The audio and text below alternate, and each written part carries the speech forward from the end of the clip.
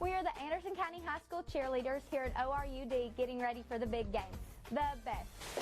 M-A-D-E-R-I-C-K-S. The best. M-A-D-E-R-I-C-K-S. The best. M-A-D-E-R-I-C-K-S. The best. Let's go. Host your friends in style and be the envy of your neighborhood when entertaining this football season with natural gas appliances purchased from ORUD at 0% interest. Want to cozy up next to a natural gas fireplace after a chilly night at the field? Let ORUD help you with the play-by-play to truly make your house feel like home. Adding a natural gas grill to your home means that you'll never have to run to the store before kickoff to fill up that propane tank again. Make the switch today. You can make the game-winning play by switching to natural gas this football season. ORUD is your affordable energy choice.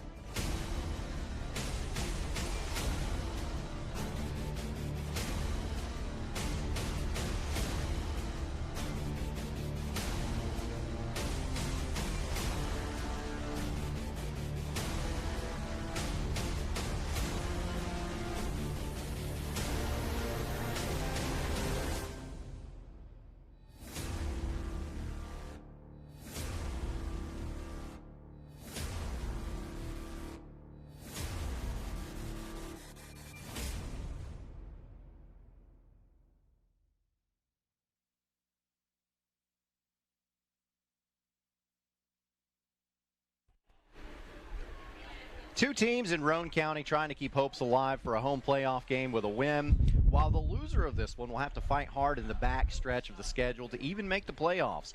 That's the scenario we find ourselves in tonight, back at the Emerald Forest for the second week in a row, as Harriman is in town to take on Midway. The road team has won this meeting the last 4 times, as it was Midway getting the 27-20 victory just last season. If you would like to use the flawed method of predicting outcomes with the transitive property, Coalfield is a common opponent, and one would believe that would favor Midway, as both teams lost to the Yellow Jackets, but Midway by just 7 last week and Harriman by 44 earlier in the season. However, that will probably tell you about as much as Brad Jones's astrological sign predicting this one. Brad's a Virgo, in case you didn't know.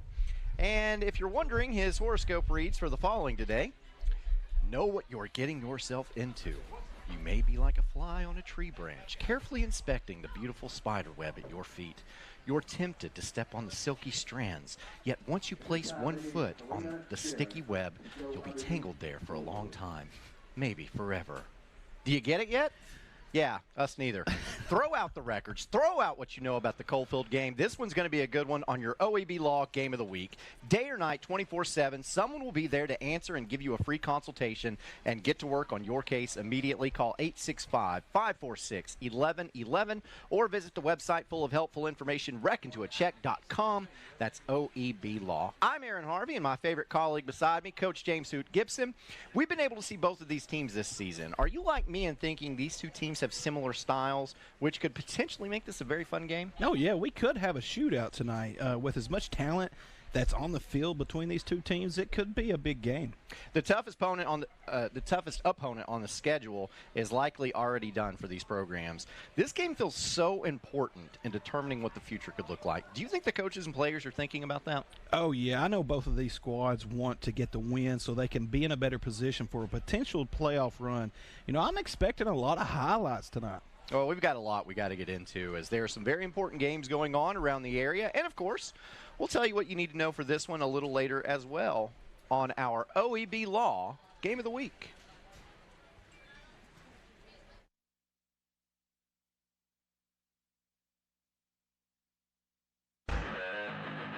Football is back. And OEB Law is excited for a season full of big hits, perfect plays, and those nail-biting near misses. If you've been injured, OEB Law will come to your defense and tackle any obstacle blocking you from scoring a full and fair settlement. Call OEB Law 865-546-1111 and turn your wreck into a check. With one small step, you have the potential to make a big difference in this world. It starts here at Roane State Community College. There's never been a greater need for health science graduates, and Roane State has the program to get you there. With 11 different health science degrees and 7 certificates offered, the choice is yours. Roane State, healthcare heroes start here. Apply now at roanestate.edu. Patterson's Appliances has been helping families like yours find quality home appliances from trusted brands including Whirlpool, Maytag, and KitchenAid for over 55 years. Our knowledgeable appliance specialists know how to outfit your kitchen or laundry room with the right appliances to meet your needs. We service what we sell with our own in-house factory-trained service technicians, and for the DIYers, our parts department is always ready to help customers find the appliance parts they need. Patterson's Home Appliances, because we care. I am a Simplicity dealer. This business is my life, my career. If you need a new mower, I'll help you choose the model that will make your property look its very best, and even let you take a test drive.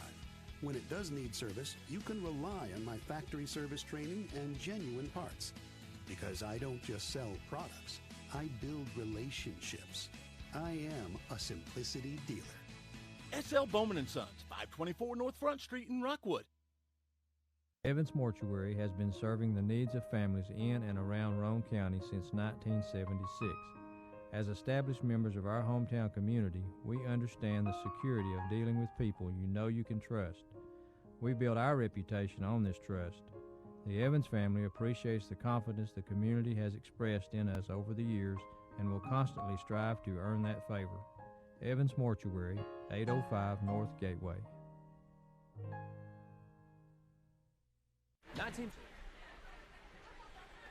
And welcome back into the OEB Law Game of the Week. I'm Aaron Harvey, joined by Coach James Hoot Gibson. You see on the field, it is senior night here at Midway, and this seems to happen once you get into the late season where we get to watch, like, every week, different teams celebrating senior night. And you've been there, I've been there before. Special moment knowing that you're walking into your field of play for the last time in front of your home fans. And so we know just by seeing that this is senior night that there's a little bit of extra emotion on the line tonight for Midway. Exactly right. This is a special time for all these individuals out here on this field. It'll be the last time they play high school football here on this field for the rest of their lives, and it'll be something that they remember the rest of their lives. And you see here something unique to Midway is they do a little bit different. They don't just do the cheerleaders and football program. I think they do all sports, which is really cool. How about that? So it is possible as well, too, that maybe Midway could get a home game. And so for the playoffs, so they might be able to come back here. But regular season, this is it. This is their last regular season game. And so senior night. Moving on, we mentioned before how both of our teams for tonight's game have played Coalfield, and the Yellow Jackets took care of business both times. Well, now comes the big one that everyone looks forward to every year. Greenback will be at Harlan Wall Stadium tonight. You might remember that the regular season game had to be canceled for COVID last season, but the playoffs gave us a chance to see these two teams meet, with the Yellow Jackets escaping with a 27-21 victory in round 2. Coalfield has such a winning tradition that you'll probably be hard-pressed to find many schools with a winning record against the little town in Morgan County. That is, besides the Cherokees.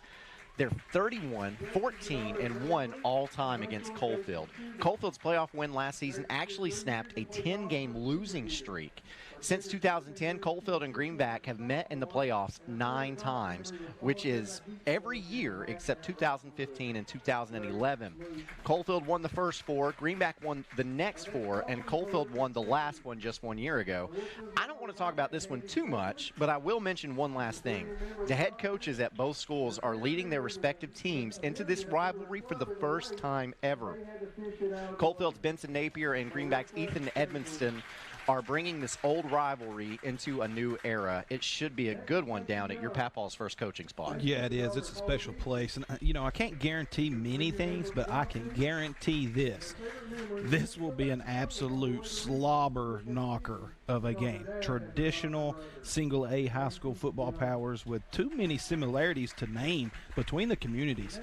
Both have a lot of tradition that pushes that little single-A community to the forefront. I'm keeping my eyes on that score. Yeah, and, both places are a great place to watch a football game as well.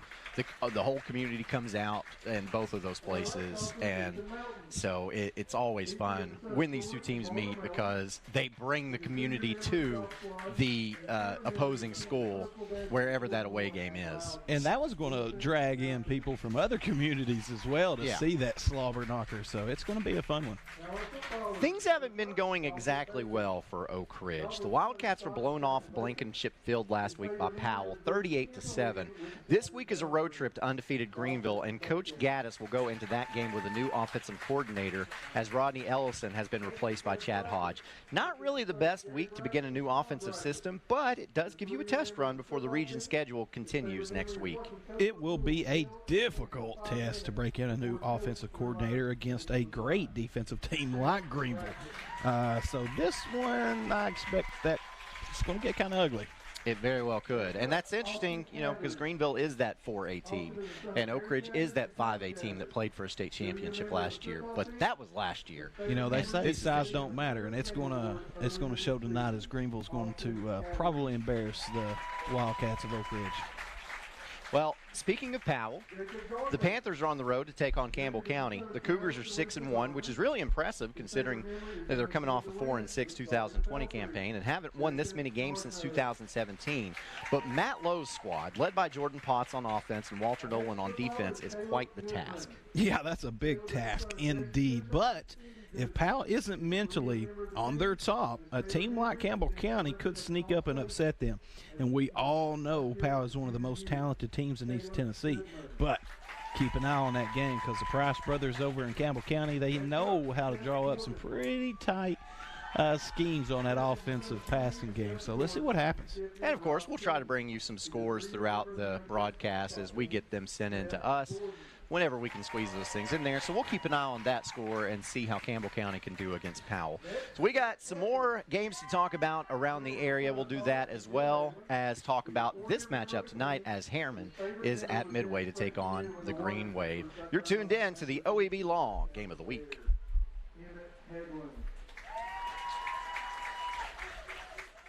'52. That's the year Hammers opened the first store in East Tennessee. Now there are 5 stores and there's always something new. Like in Hammers' popular ladies boutique department, you'll find the lowest price possible on new arrivals every week. Find similar deals in the men's department and the expanded rug department. Plus, special purchases always offer surprise savings. You never know what you'll find next at Hammers. Mulch & More in Midtown is your landscaping headquarters. They offer mulch, topsoil, all types of gravel, sand, rock, crab orchard stone, riprap stone, and limestone gravel. Mulch & More does light excavation work. Do you need a driveway repaired? They can do it. Plus, Mulch & More can do your water and sewer lines, French drains, and more with Ditch Witch services. So whether you only need a half cubic yard up to 20 cubic yards, Mulch & More can help you. Give Gary a call today at 865-234-7060 at Mulch & More in Midtown. American Outdoor Equipment has a great new location in Rockwood. They are a Branson tractor dealer with various sizes to choose from. Branson's greatest asset is their strength, quality, and features. But American Outdoor Equipment also has Bobcat mowers. You can expect the best when it comes to performance, durability, and comfort with a Bobcat mower. Or how about a Dixie Chopper mower? They're the world's fastest lawn mowers. They have a large service and parts department. They are family owned and operated, plus they offer in-house financing. That's American Outdoor Equipment in Rockwood. You call your agent with a simple question, only to get sent to voicemail again. We pick up the phone. I get this. Hello, this is Sam. How can I help you? Like I said, we pick up the phone because it's ringing. That's simple human sense. Ask Griffin Insurance Agency in Kingston if auto owners make sense for you. Hello, this is Sam. Energize your home with natural gas from ORUD, your affordable energy choice. See all the ways natural gas can improve your home by visiting one of the ORUD showrooms in Oak Ridge or Kingston. New gas appliances run more efficiently. They provide hot water when you need it, precise heat control for cooking, and can dry clothes in about half the time. Comfort you can feel. Savings you can use. ORUD Natural Gas. Welcome back into the OEB Law Game of the Week. Aaron Harvey joined by Coach James Hoot Gibson. And this is the OEB Law Game of the Week, of course, taking place south of the river here in Midway. Harriman is in town. Should be an absolutely great game that we're excited about. Talking about some other things going on. You know, last night South Doyle hosted Central in the rivalry Thursday game. It was Central getting the win against its former 5A foe, 35-23. Sure, South Doyle probably wanted to win the game, but no harm, no foul, as this game didn't matter for much, and the Cherokees are still probably going to get a home game for the playoffs. Yeah, absolutely. And I tell you, South Doyle has been a fun team to watch so far this year. Yeah, with Sean Gary just exploding. You see some other scores from last night. As East Hamilton also defeated Saudi Daisy, and Chattanooga Central shut out Sequoia. Interesting, those are the same scores. So, I tell you what, Anderson County solidly in the driver's seat in Region 2 4A. But a freshman quarterback is behind center as the Mavericks go to Gibbs with Walker Martinez. AC would probably be picked to win huge. He's out, though. You still taking the Mavs, though? What unfortunate luck for Anderson County. You know, they've had a tough early year this year, but I think they get the win tonight. And, of course, that is a region game, so that would further solidify their spot as a region champion. In fact, if they get that win against Gibbs tonight, they are the regular season region champion and guaranteed that home game for the playoffs. So let's look at some other games going on in the viewing area tonight. You got Powell at Campbell County, which we talked about. Greenback at Coalfield, of course, that we talked about. Wartburg goes to Jellicoe. I think Jellicoe was supposed to play Oakdale, and that game couldn't happen because, of COVID. So Wartburg is going to take on Jellicoe. Clinton is at Lenoir City. Harriman, of course, that's where we are for the Harriman Midway game. Oliver Springs goes to Sunbright. And Rockwood was supposed to be at Pickett County, but they're off, and then Kingston is off. So, yeah. Oakdale wins COVID game, so Oakdale's not playing. I tell you what, let's look also at our region standings as we are deep into the season now. Start with Region 2 in Class A. It is Coalfield undefeated in that region, 4 wins to no losses. Greenback also undefeated in that region. It's a big game tonight. And so, yeah, that will whoever wins that game will be leading in that region, so that's a pretty big deal. Then you got, as we mentioned, Harriman, Oakdale, Midway, all straggling right there. The winner of this Harriman Midway game is in a really good spot to make the playoffs, and they're still alive for a home game in the playoffs. And the loser is way behind and is going to be struggling to even make the playoffs. Oakdale's sitting pretty right now, 4-1, 2-0 in the region. Yeah. With about 14 players, so that's pretty amazing, really. Class 2A, Region 2, Monterey and Oneida. Top of that one, Monterey's got a fantastic football team this year. Rockwood sitting there in 3rd, York in 4th, and Wartburg still winless in that 5th spot. No surprises there at all, really. Yeah. But because there's only 5 teams in that region, all you got to do is win one, and you're in the playoffs. And I hate those scenarios. Yeah. Class 3, Region 2, it's Alcoa, of course, 3-0. Pigeon Forge sitting at 2-0 in the region, 4-2 overall, followed by Gatlinburg-Pittman, Austin East, Northview Academy, and Union County. Really no surprises there. This one, Class 3A, Region 3, you've got Loudon and Kingston, both undefeated in that region, followed by Signal Mountain, McMinn Central, Sweetwater, and Brainerd. Class 4A, Region 2, there you see Anderson County, South Doyle, leading the way there, followed by Knox Carter, Fulton, Gibbs, and Scott Hyde. That whole thing is still up for grabs completely. I think we probably can go ahead and guess that Anderson County, South Doyle going to be the top 2 seeds, but then from there on out, it's anybody's ball game. Class 5A Region 2, you've got West, followed by Central, both of them undefeated in that region, followed by Sevier County, Halls, Cott County, and Heritage. And then in Region 3, staying in 5A, you've got Powell, and then there's Campbell County, followed by Carnes, Oak Ridge, Clinton, and Lenoir City. So, Class 6A, of course, you've got Maryville, 3-0, Bradley Central, 3-0, and 6-0 on the year. Both of those teams still undefeated, followed by Cleveland, Farragut, Bearden, and Hardin Valley. And again, that's Maryville and Bradley Central 1-2, and then the rest of it is really up for grabs. A lot of really good football players come from Bradley County, Tennessee, and Blount County, Tennessee, as you see there. All right, so do we have some AP rankings that came out this week? We do indeed, so we'll take a look at those, see how that shakes up. It's always interesting to see how the sports writers across the state vote in some of these. Class 1A, you've got Peabody leading the way, followed by Fayetteville, McKenzie, South Pitt, Gordonsville, Clay County, Cloudland, Memphis Middle College, Dresden, and Cornersville. So East Tennessee not well represented in Class A. Class 2A, of course, Meigs County leading the way there. They got almost all the first place votes. They got 16 out of 18. Meigs County's always really good. Well, we say always of recent. You know, I remember Meigs County going over. Yeah. They used to struggle big time down in Meigs County, and they have more recently turned that program around. I say recent, in the past 10 years. Yeah, and you look up Northeast Tennessee, Hampton and South Green, two really good teams up from Northeast Tennessee. Tough places to play is Hampton, Tennessee. Yeah, in basketball too, not just football. Yeah. Let's see. Of course, Alcoa gets all the first place votes in 3A, rightfully so. Followed by Loudon. How about Loudon sitting The there? Redskins. Yeah, hey, they're playing big-time football right now. Now, Kingston is they dropped a little bit. They dropped to 10 last week, but now they're back up to 8th this week, sitting at 6-1. So, got some local teams there. Yeah, a lot. East Tennessee represented well, so is Roane County. Yeah, and 4A, Greenville gets all the first-place votes, and then you've got Tullahoma, followed by Elizabethton, Haywood County, Pearl Cone, tied with Hardin County. Look, you got South Doyle coming in at number 10 there. Yep, bottom South of that Doyle's list. creeping their way back on the top 10. It's interesting, you think about South Doyle, number 10 on that list.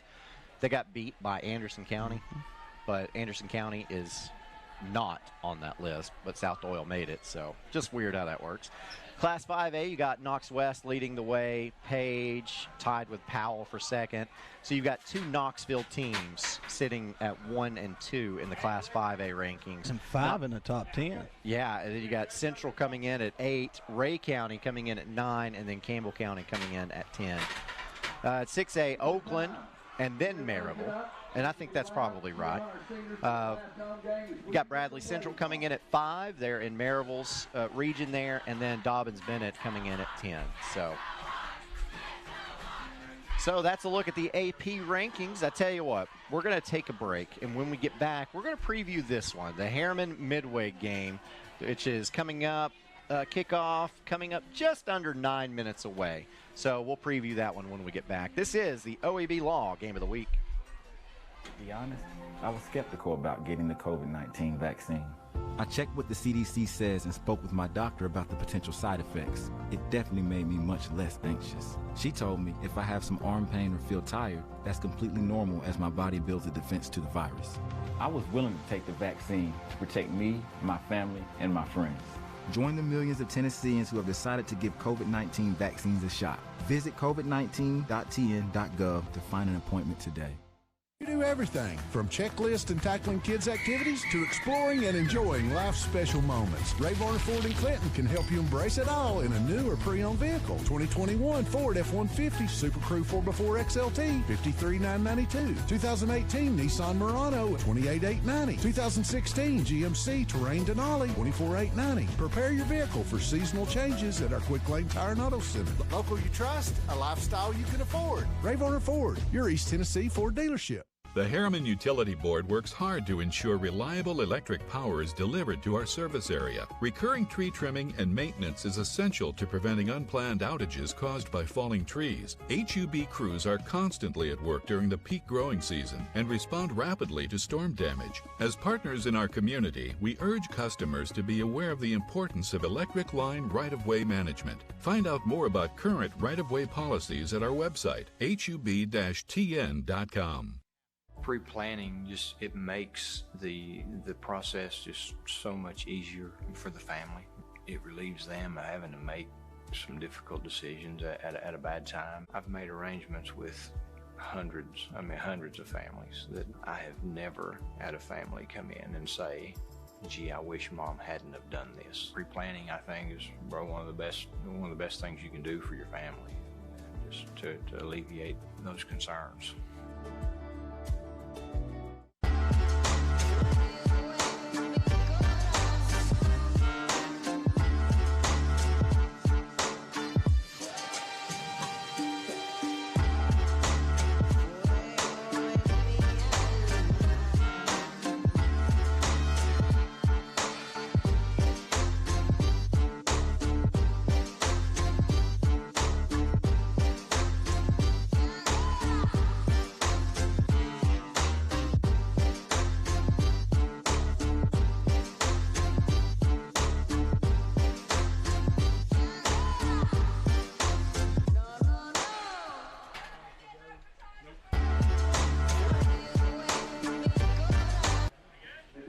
Welcome back into the OEB Law Game of the Week. I'm Aaron Harvey, joined by Coach James Gibson, as Midway just came through to thunderous applause, so we know that it is almost game time, and we are about set for our national anthem.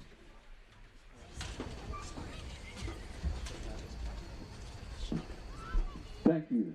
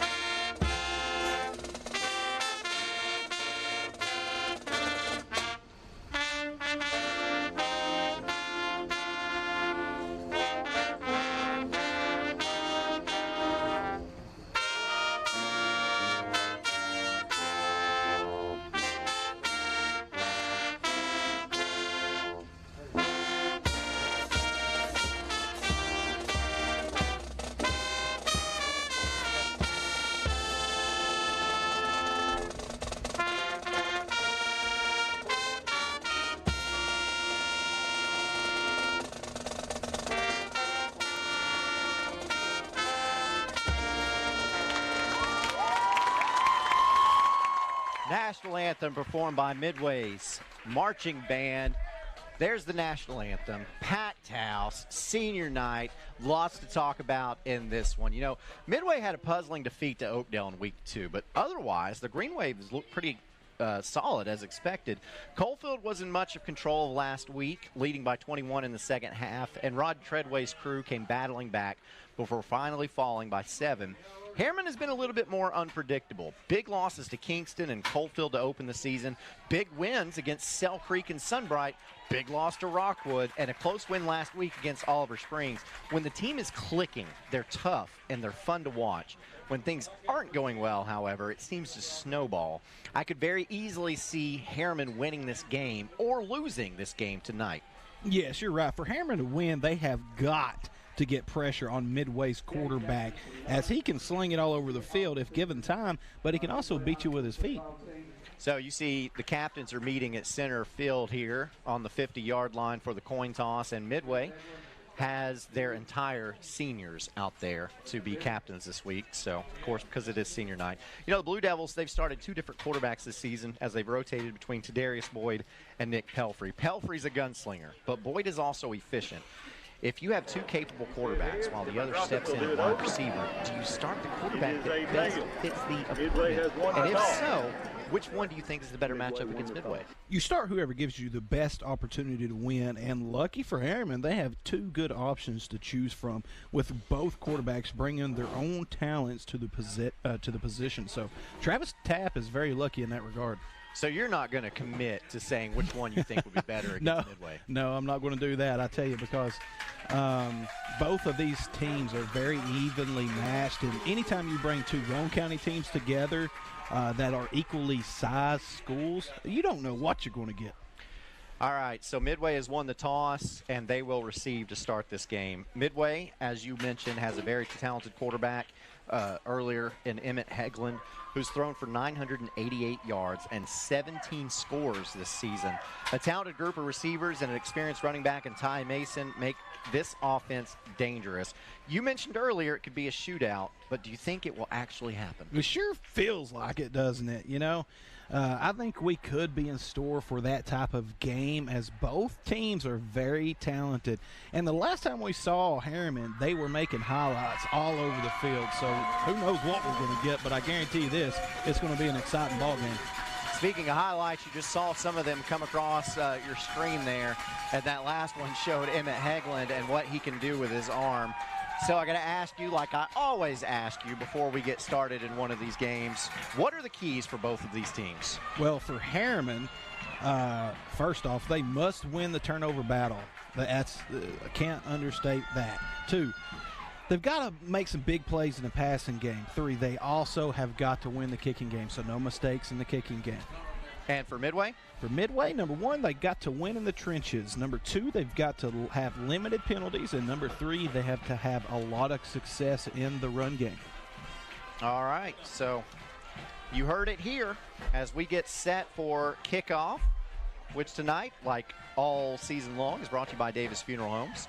Davis Funeral Homes with 2 locations to serve you, 715 Morgan Avenue in Harriman and 211 Old Mill Road in Wartburg. 865-882-2000 or 423-346-2011 are the numbers to call. Their support in your time of need does not end after the funeral service. So Midway will receive, and Harriman will kick it. And it looks like Tadarius Boyd is going to handle those duties. Back deep to receive for Midway are Seth Gordon and Austin Cathers.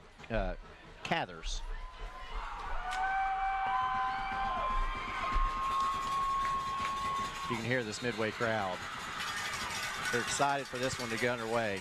This is a short kick, and it's taken and dropped, but immediately picked back up by Midway's Jacob Gardner. And Gardner hung on with every inch he had in his fingertips. I tell you, that was almost a turnover for Harriman. Yeah, if you don't hold on to that football and it bounces off your shoulder pads or something, then momentum swing in a hurry. For sure. So here we're going to see Hegland for the first time tonight at quarterback. Now, Harriman has got to honor his feet a little bit. You know, they're going to have a linebacker back there spy him a little bit to make him stay in that pocket. So your DBs are going to have to do a really good job of staying on top of the wide receivers. Ball spotted at Midway's 49, and you said they have to respect his feet.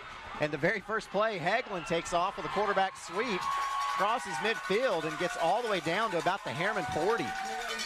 That's a good start and will result in a Hammers 1st and 10.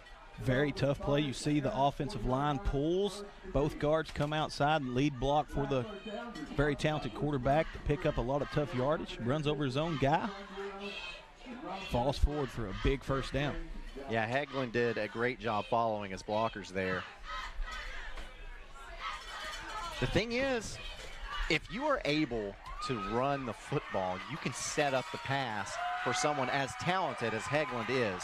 You see at the top of your screen, you got a one-on-one opportunity. I guarantee that offensive coordinator is seeing that.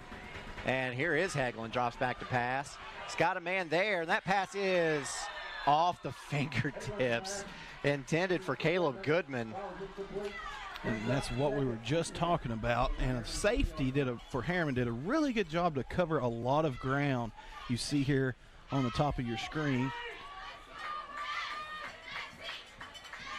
And that's a really good pass by the Midway quarterback. I like the play call. Aggressive. Yeah. That should open up a lot of running game here. So now Midway is going to come out in an I formation. Hagelin drops the football, so there wasn't a clean snap. He picks it up and just takes off running. You know, we've seen Midway be plagued with bad snaps for 2 years now. It is better than what it was last year so far this year. But if they could get that, there's so many wasted plays that Midway had last year due to that same issue that it really stagnated their offense. Hagelin able to pick up about 3 yards, so this will be a 3rd and 7.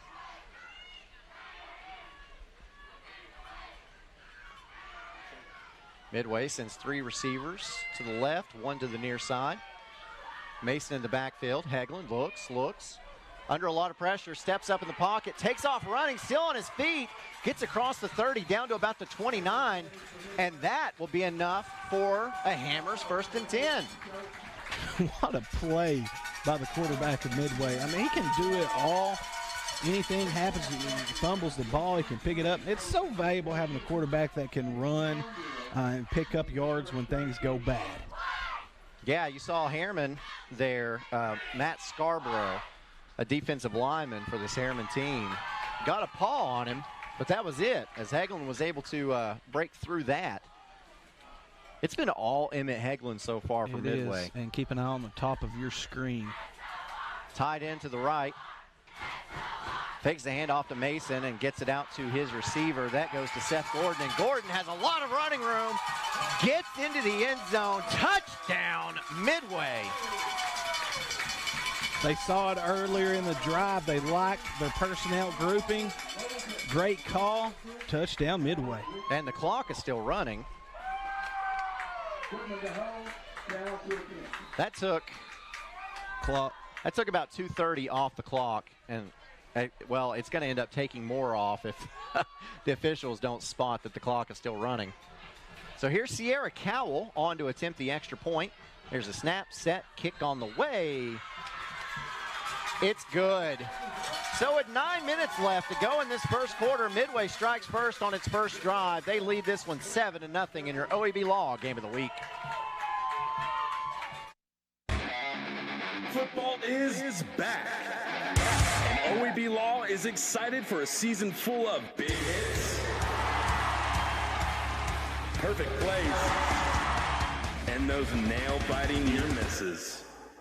If you've been injured, OEB Law will come to your defense and tackle any obstacles blocking you from scoring a full and fair settlement. Call OEB Law 865-546-1111 and turn your wreck into a check. Welcome back into your OEB Law Game of the Week. As Midway strikes first, and they are putting more time on the clock. I know we were talking about that. Midway scored with about 9:35. And it looks like they're going to put 9:05 on the clock. So there's still 30 seconds that got missing that aren't going to be recovered, apparently. Coach Treadway giving some late instructions to his kicker.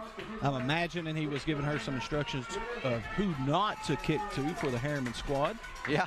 So let's see what her directions were. So we got, this will be our Davis Funeral Home kickoff. Davis Funeral Home with 2 locations to serve you. Go to davisfuneralhomes.com, and this one is going to roll across the ground, and I think Harriman's going to cover it. But, yeah.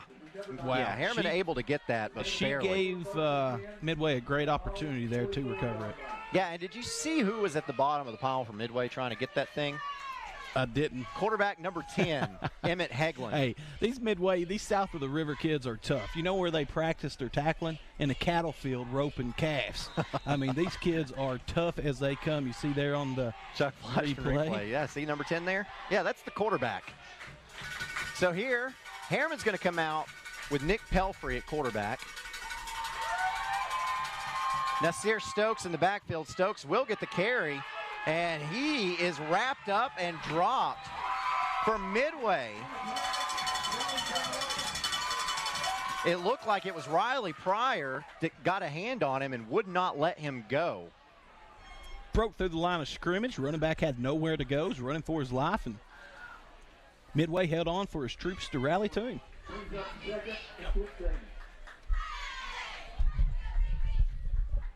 So big loss on the play. About 5 yards. Bring up about 2nd and 15. The ball spotted at the 33-yard line of Harriman. As now we are joined by the one, the only Tim Elrod. I say that confidently. I don't think there's another Tim Elrod anywhere out there. Here's Pelfrey. Drops back to pass. It is incomplete, and that'll bring up 3rd and about 15. So on its first drive, Midway drove straight down the field before it got into the end zone. Yeah, explosive play on Midway's part, you know, and they've come to play tonight. It's senior night, and the crowd is hype. I mean, they are bringing it tonight. The student section's all in pink for breast cancer awareness. You know, the field is in just soggy conditions, which is why we're seeing a lot of them uniforms going to get really dirty tonight, which is I love that. Yeah, I went on a field trip with my kids this morning to Corn Maze, and they got very muddy. As here is a pass that is complete to Jaden McCollum, and that's going to be about a 6-yard gain, and it will bring up 4th and 9. So we'll have to see what Harriman's going to do, as I believe they're going to send out the punt team. Yeah, it's just a little slip screen over the middle there, and, you know, looked like they might have been in a zone, and that's why it was so open, but, you know, 6 yards is not 16. No, and McCollum, we should see him quite a bit tonight. I mean, we think we'll always see a lot of him because he's a very talented athlete, already getting college looks for basketball, and he's just a sophomore. Oh, it's a nice high punt. And nice it's punt. Lost it in the lights. Oh, my goodness. Now who's going to get on? Midway got that ball? Well, they're lucky. Did Midway come away with that thing? I mean, I thought the Harriman kid was sitting on top of it. Austin Cathers was back deep to receive it. You'll see on the Chuck Fleischman replay here. That was a great punt. Just lost, you know. Looks like he was going to make a play on the ball, but. And he said, don't touch it, don't touch it, don't touch it. And then there's a Harriman player who was sitting on top of it. But Emmett Hegland said, I'm not having any of that. I'm getting in there and grabbing that thing anyway, just to be certain. So Hegland is the quarterback, but also does pretty much everything for this team. Yeah, and that's what you see at this level. You certainly do. Here's Ty Mason's first carry. And Mason's still on his feet, getting upfield, breaks free up the left side, gets to the 40, and he's tackled, but there is a flag on the play. Yeah, it looked like a face mask on Harriman there as he was getting on down the field. He just caught him a little bit. It looked like he was behind him, so that's probably going to tack on 15 more or something like that. You got to love how patient, and there it is, the face mask. Gotta love how patient, watch this Chuck Fleischman replay, Mason is when he gets this carry. Comes up the middle, shifts outside, breaks the tackle, follows his blockers, and now kicks it outside. Oh, yeah. And then there's the face mask. Just raked his hand across it, but that's enough when it comes to player safety issues like that. Yeah, it was ruled an inadvertent face mask, so it's a 5-yard penalty. But anyway, it is the Hammers 1st and 10 as the ball is spotted at about the 47-yard line for Midway. Midway's got some great momentum here. If they can capitalize it, boy, that'll really put Harriman in a hole. So Hegland pitches it out to Mason this time, and this time he's under a lot of pressure and dropped at the 40-yard line.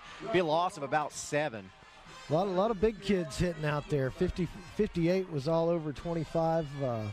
You know, he finished that block, and then, you know, you just had a jailbreak in the backfield, and, I mean.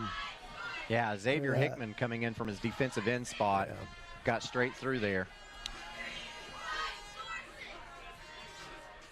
So 2nd and 17 for Midway. You know that they can get chunk yardage, though. Oh, sure. We saw that on their explosive play for a touchdown. They're certainly capable of it. Midway comes out with 2 tight ends, tries to throw just a little wide receiver screen. That pass is incomplete, trying to hit Caleb Goodman. Doing too much of one thing at one time just got in their way on that one. And, you know, Look, if it was going to be a screen, boy, they came right through it. And before he knew it, he had to get rid of that ball, and that's probably not what they wanted. I believe if he could have cleanly thrown that ball, there would have been a big gain towards the middle, as Midway did have blockers out front. As it stands, though, it's 3rd and 17. Harriman looking to get Midway off the field for the first time tonight. Here's Hegland under a lot of pressure. He picks it up and runs. He gets to midfield, still on his feet. He's got that first down. Down to the 41-yard line of Harriman, and that is just enough for a Hammers 1st and 10, a 19-yard pickup for Emmett Hegland. And Midway's had a lot of success running their quarterback tonight. Yeah, he's just got great field awareness. You know, once he gets into the second level, he turns on that speed, but just getting to the field, the second level, and then finishing the play, making sure, stretching it out, trying to make sure he gets that first down. Athletic play. He's such a solid player. As now Midway comes out in that power I again. Austin Cathers is there. Oh, my as goodness. Fullback. And here is Ty Mason with a ton of running room. Oh, now shifts his position, still on his feet. He's at the 15. Well, he's juked out. He's just kind of dancing around, and we've got a flag that comes out at the end of the play. That's got to be a late hit or something. I don't know. There was at least, first off, that handoff was just split second. That could have went very wrong for them, and then just picking his way through the entire Harriman team. Oh, let's see. Barely gets the handoff. I don't know if that was a block in the back. I think it's up here. Yeah. But look, there goes 3, 4. Oh. Wow. Oh. Well, that's kind of picky. I didn't even like the angle on that one. Yeah. That's still, you see number 53 on your screen right there? I don't know about that. Yeah. There were some better opportunities earlier in the play. Well, the play will still result in Hammers 1st and 10. So here's Hegland, drops back to pass, gets it off to Cathers. Nice Cathers swing up back. to the 20, to the 15, to the 5. Can he get in? Dropped at the 2-yard line. He completely reversed his field, took off one way, went all the way back the other. In a foot race, he gets tracked down. Right now, Midway has their offense clicking. Just an easy swing pass, and then boom. Right there, he says, grass is greener on that side. Yeah. And Tadarius Boyd comes in and keeps him out of the end zone. Game-saving tackle right there. That could be important. We'll see if Midway can get in. They're going to have 4 tries at it anyway. So, power I formation. This time Mason lines at fullback, which means I think he'll probably get the fullback dive. He does. And he stood up at the line of scrimmage. 71 was having no part of that. That's like a Mount Harriman there. He was he was not having any part of that. Didn't fool him. No gain on the play. Yeah, you saw their running back, which is Ty Mason there, number 24. In that power I, he has been lining up to dot the I. This time lined up as the fullback. So you thought maybe it's going to be a fullback dive. That's exactly what it was. You know, if they're testing the right side of that line, that's a lot of beef out there. So here's Hegland actually going to the left with Mason, and Mason dives. There's a flag on the play. Uh-oh. So I'm wondering if this is going to be a dead ball flag, because I believe, let's see, dead ball, false start on Midway. Well. So that will back them up from the 2 to about the 7, which bring up 2nd and goal from about the 7. Well, that's a good opportunity for them to throw like a fade route or something like that, see if they can get one-on-one coverage and a mismatch. Well, the way it's looked so far, you like Midway in their skill position matchups as well. You can just get it kind of to the outside and see if somebody can make a play. We'll see what they do. So Hegland has Mason in the backfield. Loaded line to the left. Hegland lets it go, and that pass is incomplete. And I believe it hit Travis Frazier for Harriman right in the arm. Yeah, that was a hot pass right there. It really came out of his hands really hot. See the Chuck Fleischman replay here. Yeah, Frazier able to get his arm up there and knock that away. Yeah, definitely good defense right there. Their backs against the wall. Midway is going to take a timeout here. This timeout brought to you by Patterson's Appliance. Check out pattersonsappliances.com while you have a moment. This is the OEB Law Game of the Week. With one small step, you have the potential to make a big difference in this world. It starts here at Roane State Community College. There's never been a greater need for health science graduates, and Roane State has the program to get you there. With 11 different health science degrees and 7 certificates offered, the choice is yours. Roane State, healthcare heroes start here. Apply now at roanestate.edu. Patterson's Appliance. And welcome back into your OEB Law Game of the Week. Aaron Harvey, Tim Elrod of OEB Law joining us, as he always does in the first quarter of this broadcast tonight, as Midway is trying to punch another one in with 3:07 left to go in the first quarter. They already lead 7-0. 3rd and goal from about the 7 is where the Green Wave is. Well, they've had a minute to talk about it. Maybe they'll come up with some kind of trickery play or something like that. Who knows? They've got a lot of momentum on their side. Nothing really to lose. Give me your best Tony Romo. What are they doing? I have no idea, but they need to score. They send Mason in motion, and then they're going to throw it to him off fade of the wheel route. Touchdown, Midway, Ty Mason. And now the Green Wave leads 13-0 with a Sierra Cowell extra point upcoming. Yeah, they really drew that play up well, and bang, there it is. Just wheel route like you called it. Nice fade. Back of the end zone, touchdown, Midway. So how about this young lady kicking these extra points? That's great to see that. Anytime you can get involvement like that. She's got a leg on her. Well, maybe we'll get to see if she can, because they're going to back up on this one. Looked like they had some movement on the line. Yeah, they did. Make it a little more interesting. What's interesting is Sawyer Pelfrey was the man guilty of jumping there, that number 71. But it looked like a hard count.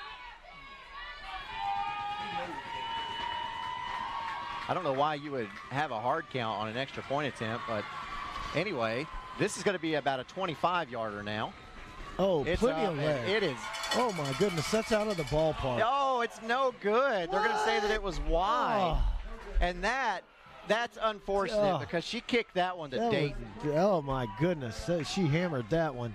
All right, so your new score here in south of the river, it is Midway 13, Harriman nothing, with 3 minutes left to go in the first quarter. Patterson's Appliances has been helping families like yours find quality home appliances from trusted brands including Whirlpool, Maytag, and KitchenAid for over 55 years. Our knowledgeable appliance specialists know how to outfit your kitchen or laundry room with the right appliances to meet your needs. We service what we sell with our own in-house factory-trained service technicians, and for the DIYers, our parts department is always ready to help customers find the appliance parts they need. Patterson's Home Appliances, because we care. And welcome back into your OEB Law Game of the Week.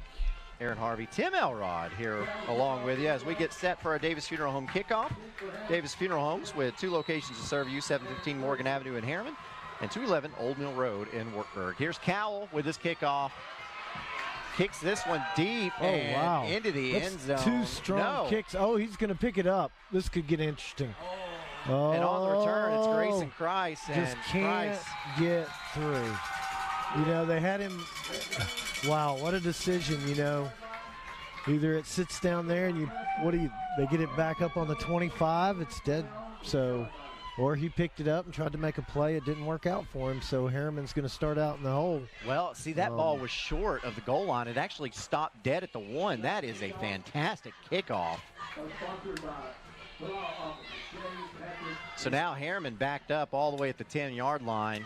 They got to get something going now. Down 2 scores as Pelfrey comes back in at quarterback. Stokes in the backfield with him.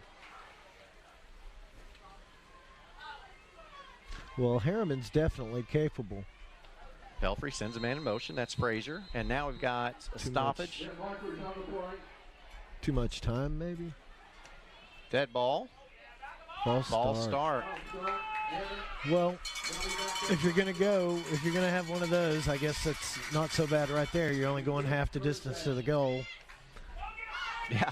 Not really that devastating, but. Yeah. Well, you get back there deep and they say half the distance to the goal. Well, half the distance to the goal is 5 yards, which is what that penalty is. So it's a 5-yard penalty anyway. So ball spotted at the 5-yard line, and we've got it 1st and 15. Let's see if Harriman's, willing to gamble enough to put that ball in there so deep and try to get an explosive play. They really need something. Pelfrey's got a cannon, but this is a handoff to Stokes. He broke that Stokes foot race. Going up the right sideline. Wow, that is close. Can he track him down? He shifted a gear. Stokes is going to take another gear. 95 yards to the house. Touchdown, Harriman. Draw play up the gut, on fire, foot race, no contain at the second level. Wow, and then he hit that second gear. He made that move at about the 15 or so and just, wow, a lot of speed right there. That's a great answer by Harriman. Nasir Stokes got the handoff, and you'll see on the Chuck Fleischman replay here, he was being chased by Caleb Goodman, number 11 for Midway, and Goodman is an all-state receiver. So, how about that? And then there's the gear right there. Yeah. When he kicked that, man, that was it. That gave him 5 yards, and it was over. Wow. So Harriman's going to go for 2. Pelfrey in a shotgun. Rolls to his right, looks, gets rid of it, and it is bobbled. A lot of traffic right there. A lot of traffic right there. So 2:37 left to go in the first quarter. Your new score is 13-6, Harriman. Tim Elrod, stick around. Enjoy you a good Class A football game. That's right. I appreciate you all having me out tonight, and we'll hang out. This is going to be a great one. We appreciate you being here as well. We also appreciate you being on board with us again for another great season of high school football. Hey, appreciate it, and we'll see you next week. See you. Later. I am a simplicity dealer. This business is my life, my career. If you need a new mower, I'll help you choose the model that will make your property look its very best, and even let you take a test drive. When it does need service, you can rely on my factory service training and genuine parts. Because I don't just sell products, I build relationships. I am a simplicity dealer. S.L. Bowman & Sons, 524 North Front Street in Rockwood. Welcome back into your OEB Law Game of the Week, Aaron Harvey. Now rejoined by James Hoot Gibson. So you saw that 95-yard touchdown pass. As we get ready for the Davis Funeral Home kickoff, Davis Funeral Homes with 2 locations to serve you. Their support in your time of need does not end after the funeral services. Call the numbers on your screen there or visit davisfuneralhomes.com for more information. And Stokes looked like he was shot out of a cannon. Man, I tell you what, he had smoke leaving his cleats. Here's Pelfrey's kickoff, and a fair catch is called for and made by Ty Mason of Midway. So the Green Wave will take over with pretty good field position at the 35-yard line. You were on air with Mr. Elrod, and I was over here in the Midway bleachers talking to some of the parents, and you wouldn't believe on that run, all Midway fans were hooting and hollering. And when he busted open and turned on that speed, even the Midway fans were like, oh, my gosh, look how fast he is. They were just amazed at that run. So it's a big rivalry game, but the parents grow up watching these kids play each other from the time they're 5 years old till seniors. So it's a big family down here in Roane County. So Hegland on this Hammers 1st and 10 hands off to Ty Mason. Mason crosses the 40, gets down to about the 48-yard line. The 43-yard line. Good pickup of 8 there on first down. Explosive play. They really need to. And then here is the replay of that. Now, watch this, number 11 right there. Yeah, you know who that is? That's Midway's all-state wide receiver. Yeah. Caleb Goodman. And Caleb Goodman is fast, okay? Yeah. But he's not Stokes fast. No. That kid can absolutely fly. I would love to know how much he weighs. But he is an open field. There is hardly anybody around going to catch that young man. So here's Mason again, and Midway's got a man down. And that's just something you can't afford if you're Midway. I mean, they've got something like 11 seniors on this team, and they've only got 24 players. So you do the math. So the injured young man is Trent Crabtree, playing a defensive end position. So while they tend to him, let's go ahead and take a break. We'll be back in just a moment in your OEB Law Game of the Week.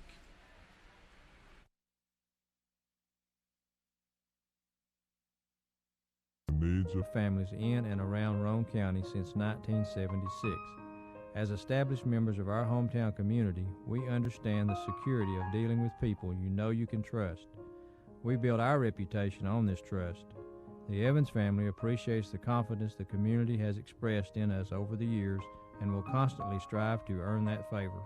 Evans Mortuary, 805 North Gateway. 1952. That's the year Hammers opened the first store in East Tennessee. Now there are 5 stores and there's always something new. Like in Hammers' popular ladies boutique department, you'll find the lowest price possible on new arrivals every week. Find similar deals in the men's department and the expanded rug department. Plus, special purchases always offer surprise savings. You never know what you'll find next at Hammers. Back at your OEB Law Game of the Week, you see Trent Crabtree there, able to walk off under his own power. That is excellent news. That is great news, but that is also a big blow for this Midway Green Wave team, as he is one of their leaders in the offensive line and defensive line. He is a very good athlete for that team, and they're going to miss him bad. Hopefully it's nothing too major and he's able to regroup over here on the sideline. So a Hammers 1st and 10 for Midway here. Hegland in that shotgun position with Mason behind him. Hegland drops back to pass, looks, lets it go, and overshoots his target. That was intended for Seth Gordon and will bring up 2nd and 10. Looked like he got in a little bit of hurry and threw off that back foot, which will make that ball sail on you as a quarterback. And it looked like that was the incident there. He threw it out of bounds.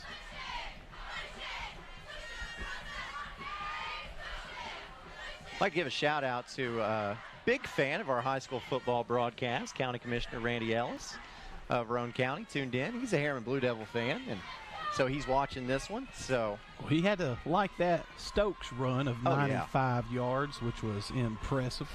Yeah, you know Stokes has, or you know Ellis has seen Stokes in person.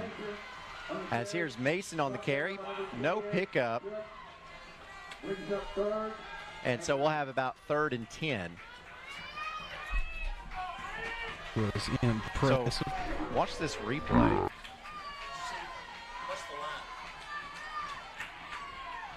Oh, wow. Yeah, we had a it's amazing some of the penalties that get called and some that should be called and get missed. High school football. Hagelin drops back to pass, lets it go. That pass is complete to Goodman. Did you see how Goodman kept his feet in bounds there? Excellent coordination, field vision on the reception for the big Midway wide receiver.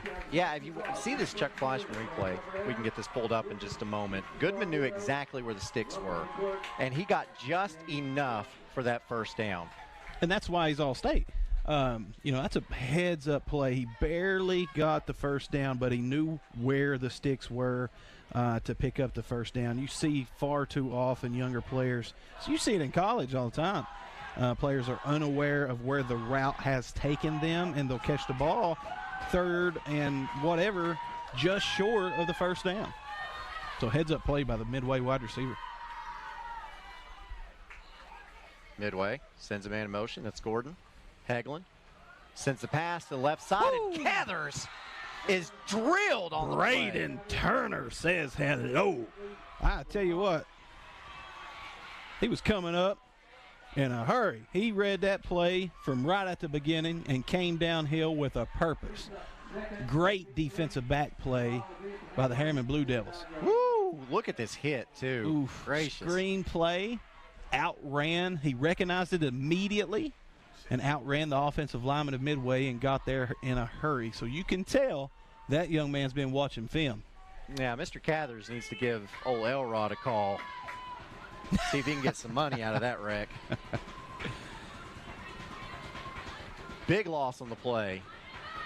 As here's Hegland on the keeper, and Hegland is going to be dropped for a loss. Sacked at the 48-yard line of Midway territory. And guess who? Stokes in on the sack. Not only does he run 95 yards for a touchdown, but you see here, comes in with a big tackle. And that is how the first quarter will come to close. So Midway went up 2 scores, but Harriman has struck back, and the Blue Devils have all the momentum as we go into the second quarter in just a moment. You're tuned in to the OEB Law Game of the Week. Mulch & More in Midtown is your landscaping headquarters. They offer mulch, topsoil, all types of gravel, sand, rock, crab orchard stone, riprap stone, and limestone gravel. Mulch & More does light excavation work. Do you need a driveway repaired? They can do it. Plus, Mulch & More can do your water and sewer lines, French drains, and more with Ditch Witch services. So whether you only need a half cubic yard up to 20 cubic yards, Mulch & More can help you. Give Gary a call today at 865-234-7060 at Mulch & More in Midtown. And welcome back into the OEB Law Game of the Week. Aaron Harvey, Coach James Hoot Gibson with you as we flip the field. And Midway will have a 3rd and very long to start this second quarter. Green Wave lead it 13-6.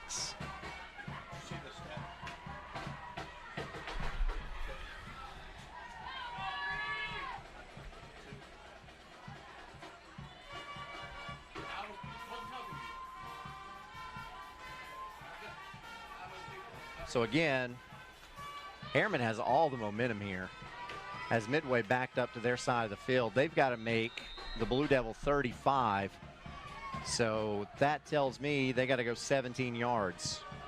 3rd and 17. Hegland drops back to pass, under pressure, steps up in the pocket, now rolls to his right. Looks, lets it go way downfield. He's got a man there, and it goes through the intended target. That's Austin Cathers.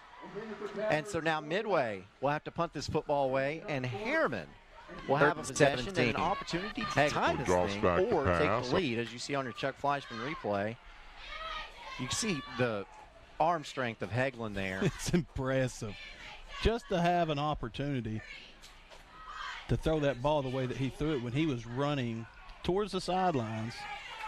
He's an impressive athlete for that Midway Green Wave. Unfortunately for him, he's got to have a little more time in that pocket. If he had time to really sit back and analyze the offensive routes of the wide receivers and step up to make a throw, it would be dangerous for the Midway team.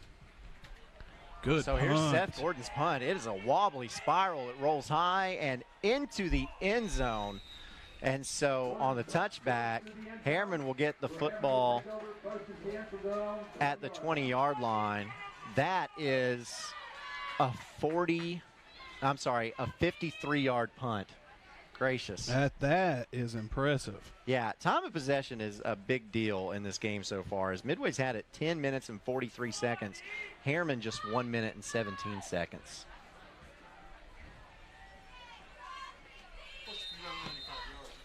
I'm showing just 2 rushing attempts by Harriman as well, so they're averaging a pretty good average right now. Well, 95 divided by 2. Run the ball, Coach. That's 47.5 yards per carry. And that is what they do. They go back to Stokes, and this time Stokes is wrapped up and dropped. Yeah, those scat backs, that's what I consider a scat back. Mr. Stokes of Harriman is a lightning fast running back. As you see here on the Chuck Fleischman replay, he's got good field vision, and he's really, once he gets his feet moving, he's dangerous. So if you're able to contain him, keep him in that pocket like Midway does here, prevents him from getting outside, you can contain that speed. You know, it reminds me of a young man who was a star at Bearden, Mr. Devon Young. Yeah, exactly. Same type of player. Now here is Jalen McCollum. And that's another athlete that, man, I tell you what, if there's any wide receiver trainers out there listening, you need to get your eyes on this kid and make a trip down to Harriman, Tennessee, and see if you can get an opportunity to work with this young man. He has D1 wrote all over him if he can learn the wide receiver position and all the inadequate details that he can find. A scoring update coming out of Morgan County as Coalfield leads early in the second quarter over Greenback, 14-0. No surprise for me. So here is Harriman, third and less than a yard. Midway in cover 3. Pelfrey, handoff, Stokes. Stokes will get across the 30, and that's enough for a first down. His helmet comes off. He'll have to come out of the game. Stokes running behind big number 71, Chase Johnson. Big Chase pushes the defender almost all the way to the Harriman sideline. Good job by Mr. Johnson there. So Hammers 1st and 10. Ball spotted at the 31-yard line for Harriman. 9:49 left to go in the first quarter. I just got a feeling something big's fixing to happen here. I don't know why. Let's see. Harriman just being methodical. They didn't panic. They got down 2 scores. Pelfrey, pitch. And this is Frazier. Frazier is good tackle that time by no one else other than Seth Brackett, one of the better linebackers in this region who can make plays sideline to sideline, especially dangerous tackle to tackle. He is a guy that can get some extension and get off a block and be able to make a tackle in the backfield. Yeah, and you see the Chuck Flashman replay. So loss of 1 on that play will bring up 2nd and 11. And Frazier is also like the scat back type. Will also line up at wide receiver as he's in the slot to Pelfrey's right now. Stokes back in the game at tailback. Pelfrey gets the snap, drops, looks, pumps, now picks it up and runs himself, and he is tackled by Midway's number 5, Austin Cathers. Pickup of about 5 will bring up 3rd and 6. And obviously Midway has watched a lot of film, as you see here on the Chuck Flashman replay. They kind of have a pretty good feel of the routes that Harriman is running. And it's gave them a pretty big edge as they kind of expect what's going to happen.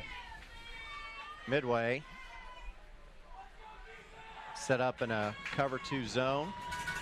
3rd down territory here. We're going to see screen draw, quarterback rollout. Pelfrey gets the snap, looks, rolls to his left, now lets it go. Good and that pass catch. is complete by McCollum. McCollum gets up around midfield for a 20-yard gain. Will bring up a Hammers 1st and 10 for Harriman. That is a very quick 20 yards. He makes it look so easy, as you see here on the Chuck Flashman replay. 6'6", 6'5", falls down on the route, gets back up.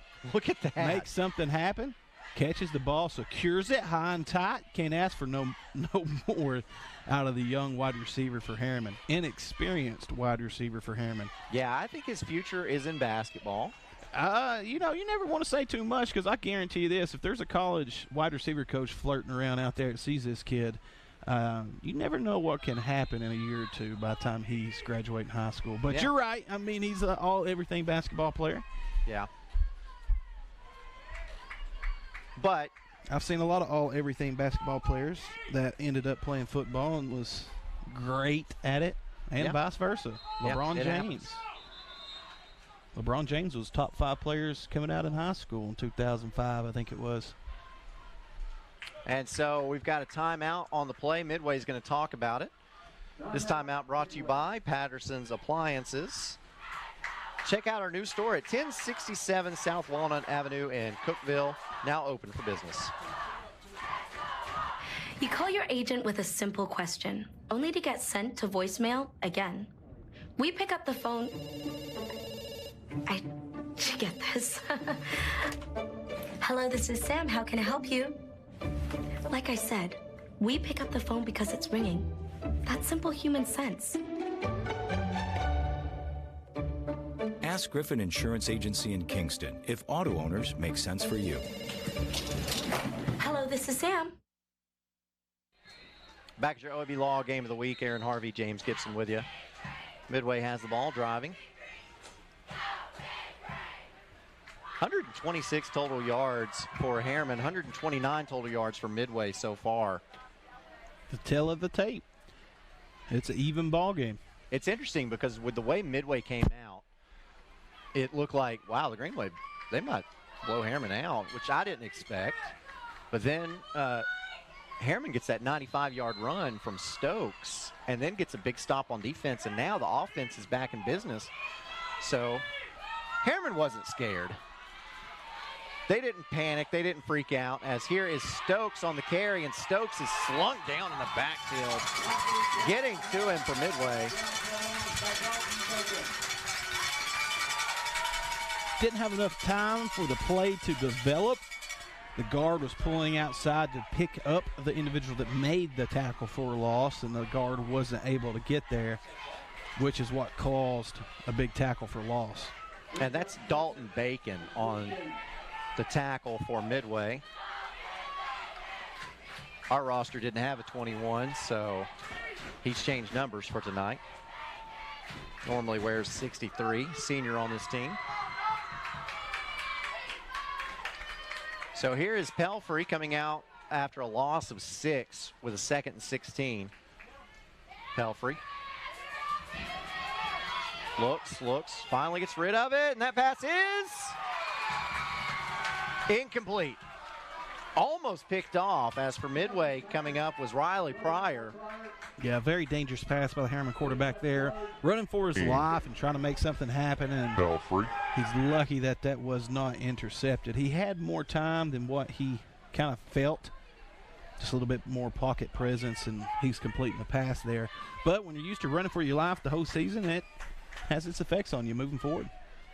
So 3rd and 16 is what Harriman will now face.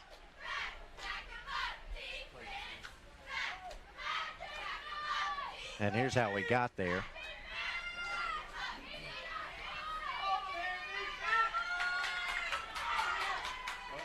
Keep an eye on the top of your screen.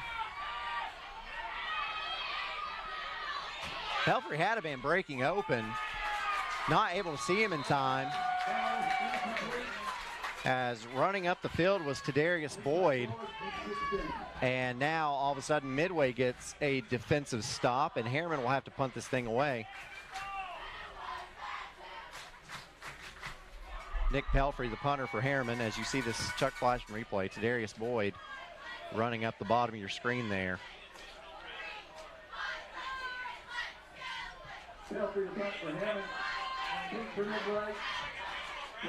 Pelfrey's punt is up. It is a high spiral, lands at the 20, and Hegland picks it up, and Hegland is tackled at the 10.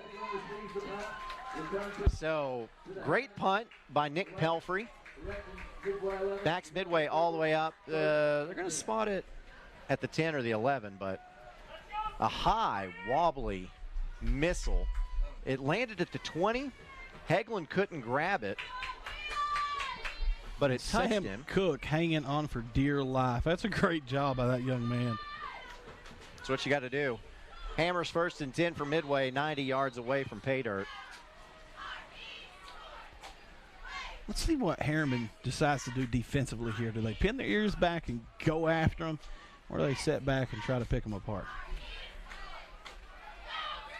Emmett Hegland, handoff, end around goes to Cathers, and Cathers is dropped after a pickup of 1.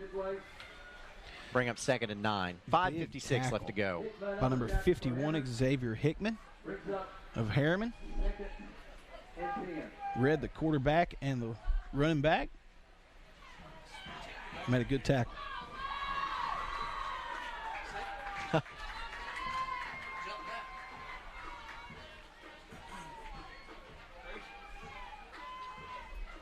Now 5.5 minutes left to go in this first half. 2nd and 9. Hegland's got Mason in the backfield. Looks to his left. Pass is there. Complete to Goodman. And Goodman is tackled at the 15. We'll bring up 3rd and 5. And we've got some extracurriculars. Tackled by Frazier, puts the marker on the play.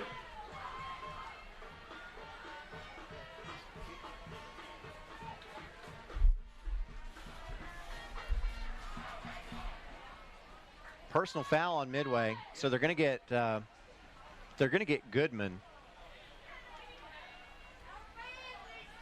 And I believe you'll be able to see on the Chuck Fleischman replay here. Here's Goodman, gets the pass, and he's tackled. Yep. And then he kicked Frazier off of him. That's just uncalled for. You can't do that nowadays. Nope. And, you know, let's just be honest, we expect more out of that young man. He's one of the leaders of Rome County and future leaders of this area. And we just got to be careful and keep our tempers in check. So that penalty is assessed half the distance to the goal. Will bring up 3rd and 12 for Midway, backed up at the 8-yard line. Now here's Hagelin, looks Big way ball. downfield. Big ball. And it is picked off by Tadarius Boyd. Intercepted by Boyd. Intended for Seth Goodman. And so now Harriman has excellent field position. Boyd was in his back pocket the whole way. Excellent coverage. You see there on the number 2 wide receiver, just a simple go route. Boyd stuck with him, made a great read on the play. Now comes down with the interception. Watch this. They kind of jaw a little bit. No, he didn't. He said, "Are you going to church Sunday?" No, watch I'll see this, you there. watch this, watch this. Oh, they ended up shaking hands before they walked off. I told you. Yeah. You know, it's classic Rome County football. It's, you know, really it's single A football. Yeah. You see that all over, and that's great to see because these kids are going to be working together in just a couple years. A lot of them will join the service and will serve together, and it's just a great atmosphere to see. And these kids will have a tradition for many years to go of who won this ball game and who tackled who and who didn't. It's an awesome time. So here's Pelfrey, hands off to Stokes, and Stokes has nowhere to go. I believe he'll get forward momentum, and so only lose 2 yards on the play. Will bring up 2nd and 12. And, you know, we said it in the pregame, but the away team has won this game the last 4 times. And so that would favor Harriman if that were to continue. Yeah. And Midway's had a lot of ups and downs this year. The loss to an Oakdale team with about 13, 14 players. But they bounced back in a big way, had a major comeback against a tough Cofield team. Just last week. And this is a different ball team than what played against Oakdale. 4:10 left to go in the first half. Pelfrey takes the snap, looks over the middle. Nobody's looking. And that pass is intercepted by Goodman. Just a simple miscommunication between a wide receiver and a quarterback. Looked like a hot route. And the wide receiver was not knowing he's hot. Easy interception by the safety of the Green Wave. Yeah, you look at the Chuck Fleischman replay. For Harriman, it was Chris Hart just running up a seam. Never got his eyes around. And Pelfrey threw an interception.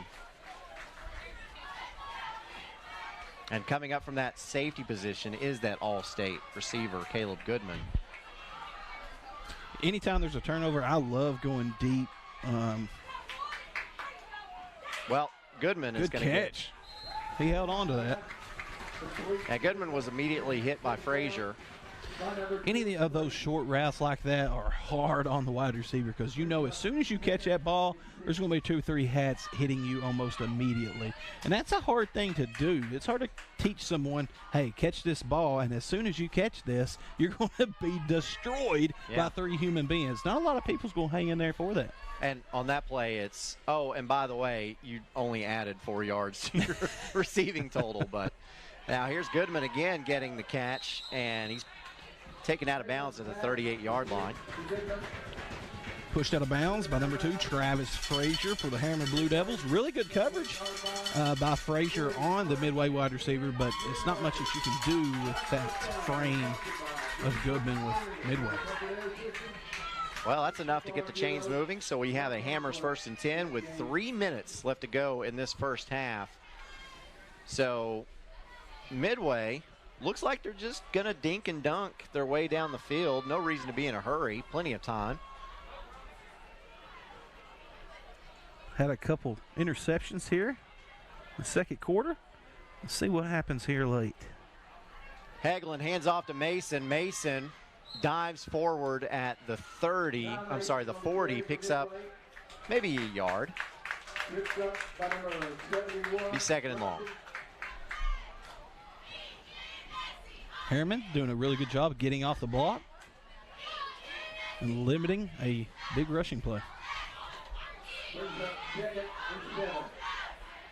Well, actually, they give him 3 yards. So Midway facing a 2nd and 7 here. Midway with nobody in the middle of the field deep. Or Harriman. Hagelin steps up in the pocket. Now just dumps this one away, and it's complete to Gordon.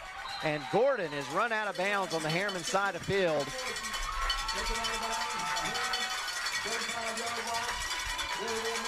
When you go man coverage like Harriman did there, those long crossing routes are hard to cover in man coverage.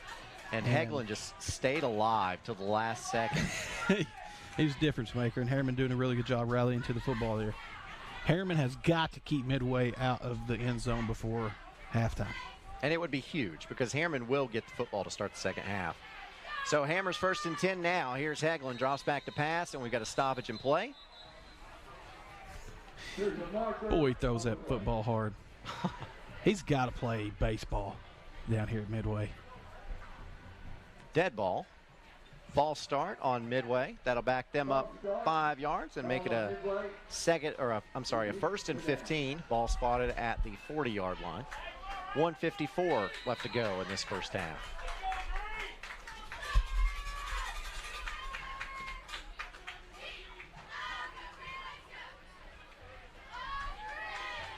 Harriman Blue Devils coming back out. Man coverage. Should be sending some pressure.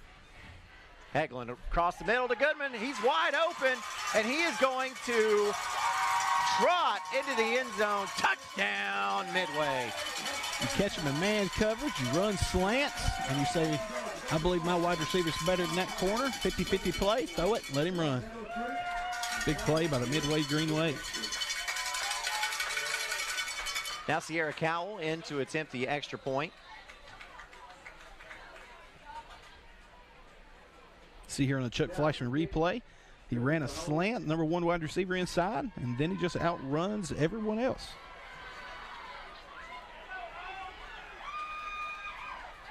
Snap, set, kick. Wow. That would have been good by 40. Good.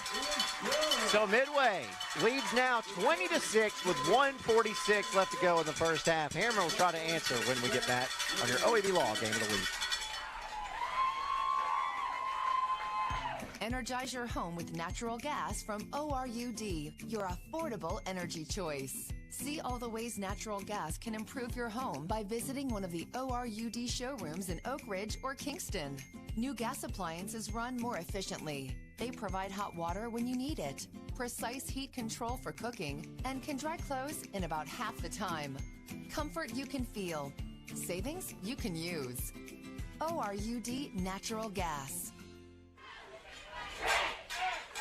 Back to your OEB Law Game of the Week as Midway gets set for the Davis Funeral Home kickoff. Davis Funeral Homes with 2 locations to serve you. 715 Morgan Avenue in Harriman and 211 Old Mill Road in Wartburg. 865-882-2000 or 346-2011. Their support in your time of need does not end after the funeral services.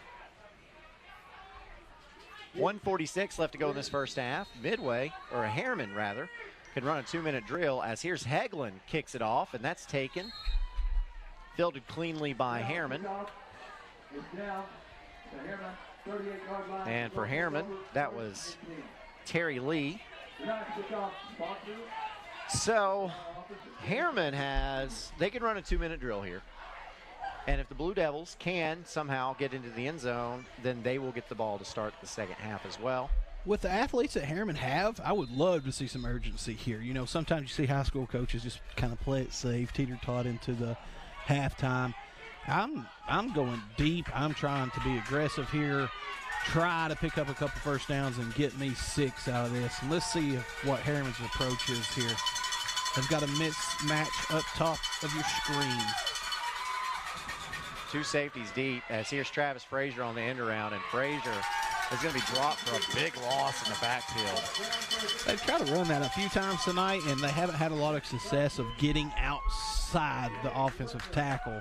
Midway's doing a really good job of sealing the edge and preventing that speed of Harriman to get outside. Looks like a loss of 6 will break up 2nd and 16. Clock still running, 1:20 now left to go. in the first half. You see on the Chuck Fleischman replay.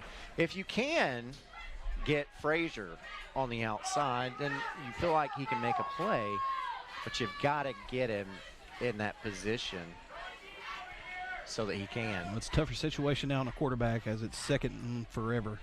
Pelfrey lets this one go to Tadarius Boyd. Boyd hasn't completed 35, but that's going to be just a pickup of a yard, and we'll have 3rd and 15 with under a minute now left to play. Let the clock run as far down as you can and try to go down the field. See here on the Chuck Fleischman replay, simple catch. Good job by the wide receiver of Harriman holding on to that football. 3rd and what, about 14? Close to 14, yeah.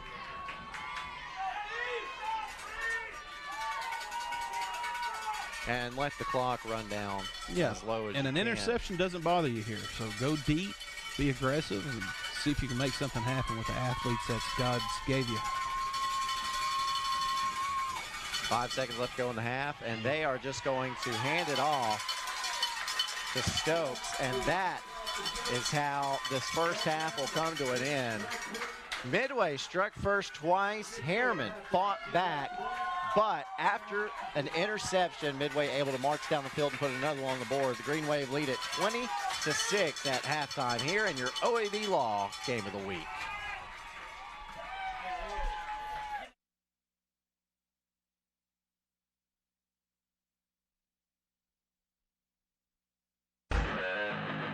Football is back. And OEB Law is excited for a season full of big hits, perfect plays, and those nail-biting near misses. If you've been injured, OEB Law will come to your defense and tackle any obstacles blocking you from scoring a full and fair settlement. Call OEB Law 865-546-1111 and turn your wreck into a check. The Harriman Utility Board works hard to ensure reliable electric power is delivered to our service area. Recurring tree trimming and maintenance is essential to preventing unplanned outages caused by falling trees. HUB crews are constantly at work during the peak growing season and respond rapidly to storm damage. As partners in our community, we urge customers to be aware of the importance of electric line right-of-way management. Find out more about current right-of-way policies at our website, hub-tn.com. Do everything from checklists and tackling kids' activities to exploring and enjoying life's special moments. Ray Varner Ford in Clinton can help you embrace it all in a new or pre-owned vehicle. 2021 Ford Explorer XLT 4x4, $37,989. A 2017 Chevy Silverado 1500 double cab, $31,590. 2019 Ford Fiesta, $16,550, only 2,000 miles. Prepare your vehicle for seasonal changes at our Quick Lane Tire and Auto Center. Local you trust, a lifestyle you can afford. Ray Varner Ford, your East Tennessee Ford dealership.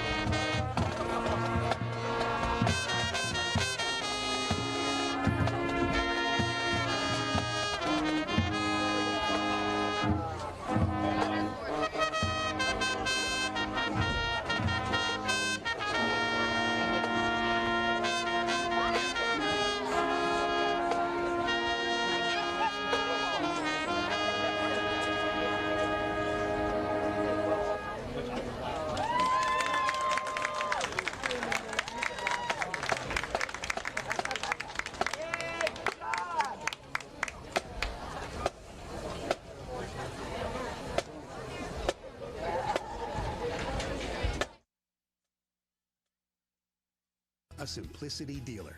This business is my life, my career. If you need a new mower, I'll help you choose the model that will make your property look its very best, and even let you take a test drive.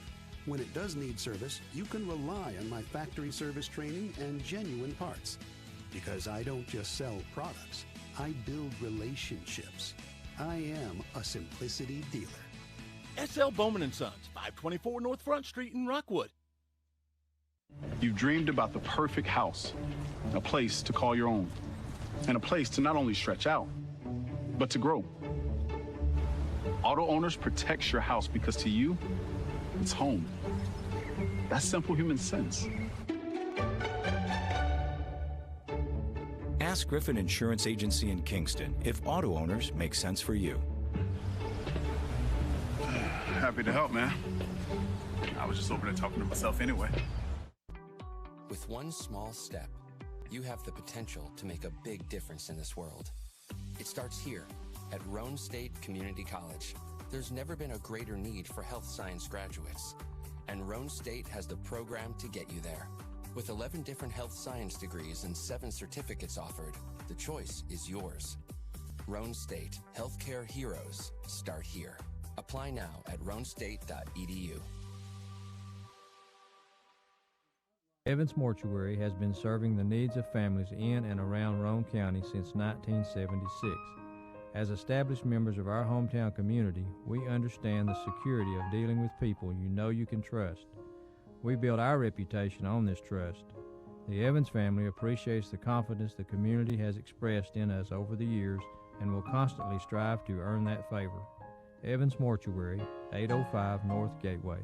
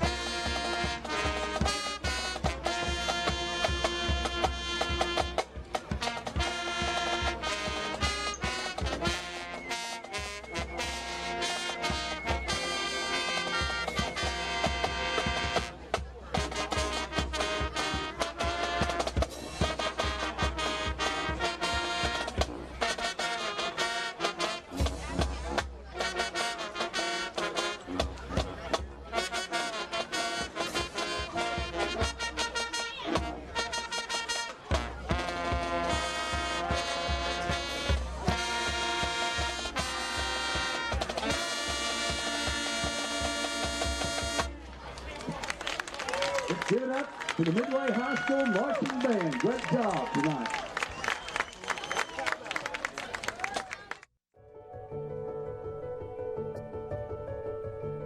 I'm Dale Haddon, the nurse practitioner and clinical manager at the Oak Ridge Clinic. It's very important to get the COVID vaccine. This is a way we are going to make our whole community safe. This is a way we will make you and your family safe. The COVID vaccine is 95% effective when you have had both shots, and it means that you will not get the illness, you will not have the side effects that you will see from having the illness over a long period of time, and it makes your community safe. Energize your home with natural gas from ORUD, your affordable energy choice. See all the ways natural gas can improve your home by visiting one of the ORUD showrooms in Oak Ridge or Kingston. New gas appliances run more efficiently. They provide hot water when you need it, precise heat control for cooking, and can dry clothes in about half the time. Comfort you can feel. Savings you can use.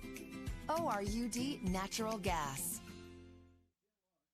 American Outdoor Equipment has a great new location in Rockwood. They are a Branson tractor dealer with various sizes to choose from. Branson's greatest asset is their strength, quality, and features. But American Outdoor Equipment also has Bobcat mowers. You can expect the best when it comes to performance, durability, and comfort with a Bobcat mower. Or how about a Dixie Chopper mower? They're the world's fastest lawn mowers. They have a large service and parts department. They are family owned and operated, plus they offer in-house financing. That's American Outdoor Equipment in Rockwood.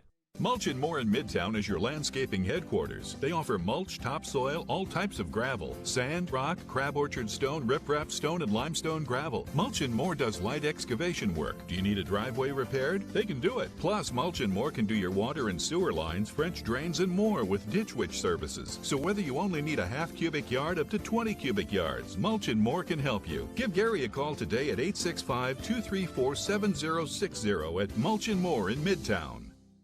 1952. That's the year Hammers opened the first store in East Tennessee. Now there are 5 stores and there's always something new. Like in Hammers' popular ladies boutique department, you'll find the lowest price possible on new arrivals every week. Find similar deals in the men's department and the expanded rug department. Plus, special purchases always offer surprise savings. You never know what you'll find next at Hammers. Patterson's Appliances has been helping families like yours find quality home appliances from trusted brands including Whirlpool, Maytag, and KitchenAid for over 55 years. Our knowledgeable appliance specialists know how to outfit your kitchen or laundry room with the right appliances to meet your needs. We service what we sell with our own in-house factory-trained service technicians, and for the DIYers, our parts department is always ready to help customers find the appliance parts they need. Patterson's Home Appliances, because we care. Pre-planning it makes the process just so much easier for the family.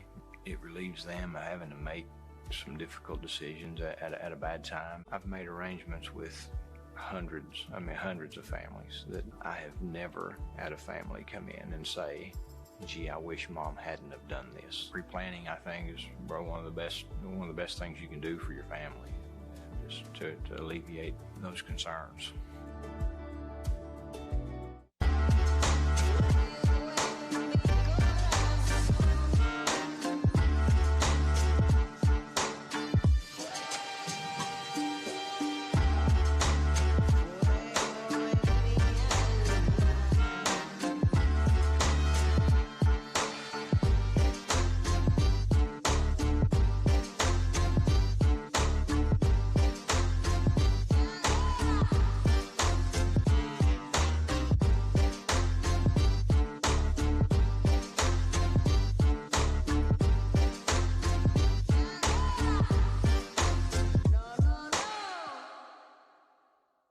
All of these scores are at halftime. Welcome back into your OEB Law Game of the Week. Aaron Harvey, James Hoot Gibson along with you. Where at halftime here in the Emerald Forest south of the river, Midway leads over Harriman 20-6. Both teams on the field getting warmed up so that we can get back to some football. We do have some scores of interest, and we also have some first half stats for you. So let's go over those stats first. First downs, Midway's got 9 of them things, and Harriman's got 2.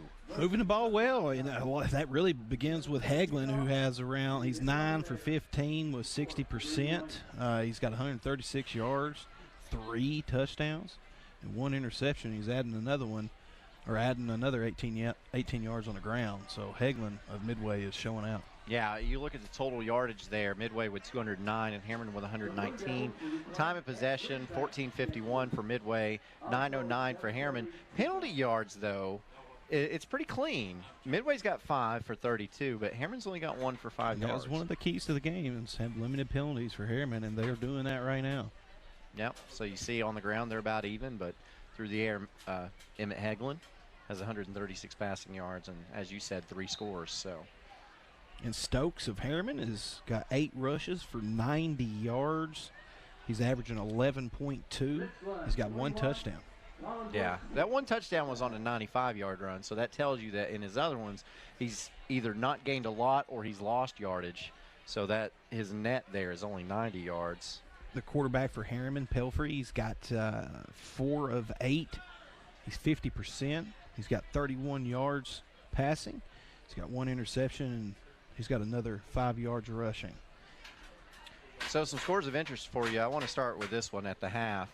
Knoxville Catholic is being shut out at home against the Fighting Dilfs. Yeah, but now let's not make sure we get it twisted. Now, the Fighting Dilfs out of Nashville have around 14, the Dilfers. Trent Dilfer. Yeah, Trent Dilfer is the former head Super football. Bowl winning quarterback for the Baltimore Ravens is the head Let's coach. make sure we clarify that. Yeah. Aaron, they've got about 14 Division I football players on that roster. Okay, 14. Now and all the listeners know that Knox Catholic in East Tennessee is kind of the perennial powerhouse. Oh yeah, they recruit heavy and. That's known, and they select who they want on that team, and hey, it works out for them.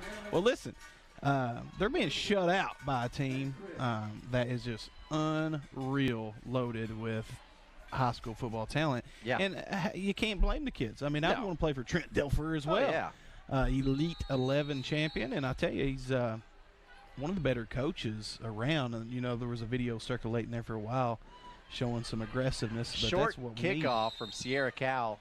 Of course, that kickoff, not to cut you off there, brought to you by Davis Funeral Home, with 2 locations to serve you, 715 Morgan Avenue in Harriman and 211 Old Mill Road in Wartburg. Their support in your time of need does not end after the funeral services. But, yeah, Trent Dilfer lets himself be known. He is a Super Bowl champion, has been a commentator on the NFL and for college football, and has run the Elite 11 Academy there. So, yeah, and now leading over Knox Catholic. And I tell you, at Tennessee, the state of Tennessee is very lucky to have him in the high school coaching ranks because he is special. He knows the game.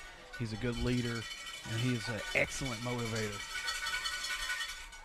So here is Nick Pelfrey with a Hammers 1st and 10. Tries to fire pass off to Travis Frazier. That falls incomplete. We'll bring up 2nd and 10.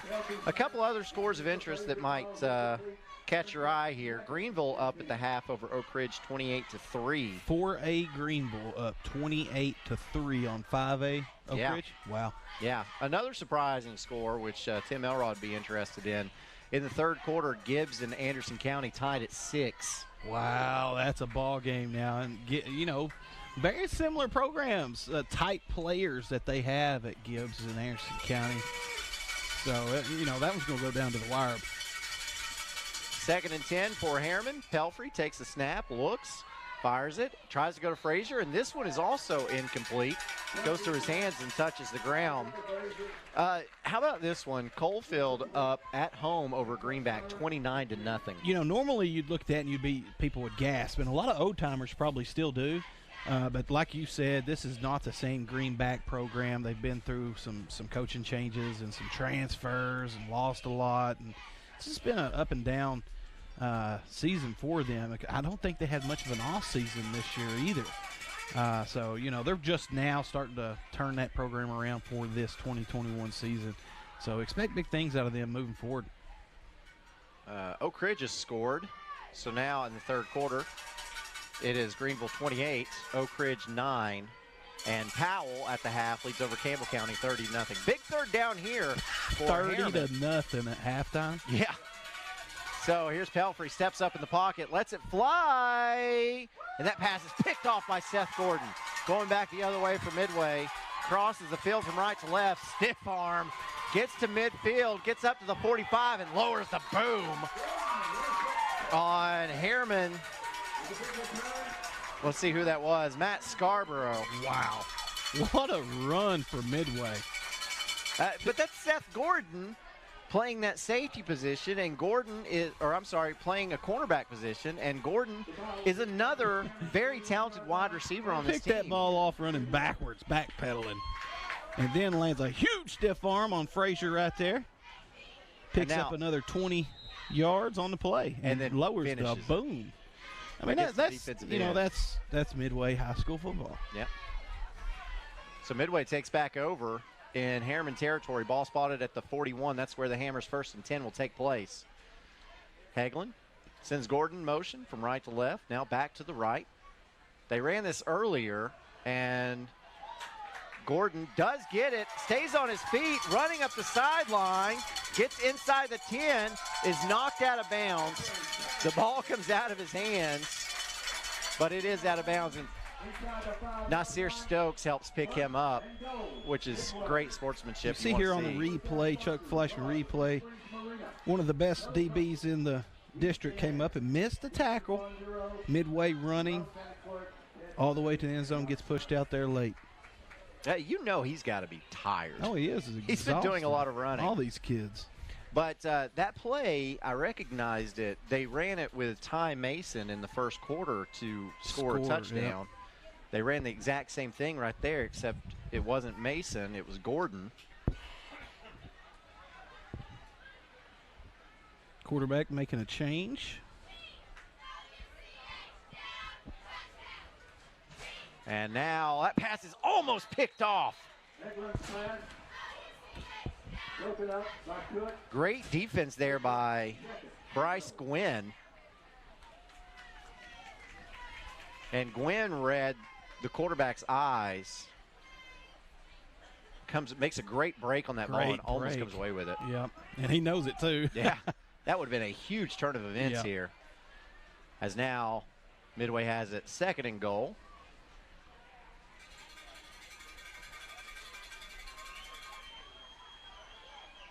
Ball spotted about the 6-yard line. Hagelin has a power eye behind him. And somebody jumped. Looked like Harriman jumped off sides. Dead ball. Nope. False start on Midway. Now Midway's been called for some false starts. The Green Wave can't believe it though. They're all throwing their arms up. Like, what happened? Couldn't really see it there on the Chuck Fleischman replay. So that will back Midway up to about the 11-yard line, where it will be 2nd and goal. See that big south of the river emblem in the end zone. SOR. Anytime you cross that river to play Midway, you know you're in for a battle. I don't care if it's a 3A team coming down there. And here's Hagelin. Fakes the handoff to Mason. Threw it just behind him, but good coverage by the Harriman Blue Devils on the play. Yeah, Harriman really has to bow its neck right here and get a stop. You don't want Midway going up by 3 scores. And you think, even with a very capable kicker in Sierra Cowell, you think Midway's probably in 4-down territory here. Yeah, and I wouldn't. If I'm Midway here with the quarterback that I have, I'm obviously going to look for a passing opportunity, but I'm trying to roll out and give my quarterback an opportunity, if the pass isn't there, to run. Mason is in the pistol, and Hagelin lets this one go, and Frazier bats it away at the last second. Travis Frazier came up and batted that away. That is a big-time play out of the defensive back out of Harriman there.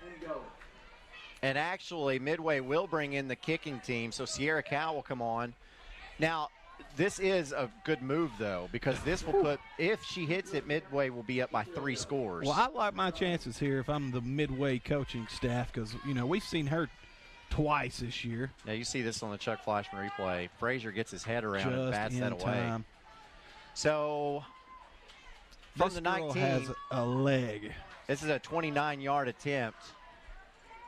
Goodman, the Boom. holder. That Oh. kick is up, and it is wide Just wide. right. Had the distance, wide right. So that falls incomplete, and Harriman gets a huge stop. They needed that bad. Let's see if this Harriman offensive line can give Pelfrey a little more time to make some tough completions.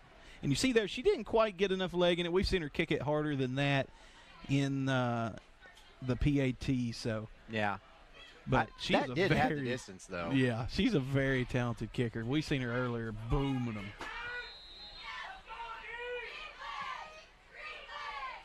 There's a lot of teams in East Tennessee that would love a kicker like that. Oh, yeah, without question. So here's Nick Pelfrey. Sends 3 wideouts to his right, and this handoff goes to Stokes, and Stokes is speared. Yeah, unfortunately for Stokes, he tried to run outside, and he did get the edge this time, but his wide receivers were unable to hold the block. The defensive back just got off of him, was able to get upfield, make a tackle. The running back had nowhere to go. See here on the Chuck Flashman replay, the Harriman wide receivers tried to block, and they were beat. Yeah, just couldn't hold it. You see Ty Mason come off One block. of the most important parts of the running game is the wide receiver block. If you can get the wide receiver selling out on the blocks, it opens up passing game later on. A loss of 3 brings up 2nd and 13. Pelfrey, same formation. Got some time. Looks, keeps looking, and throws it out of bounds.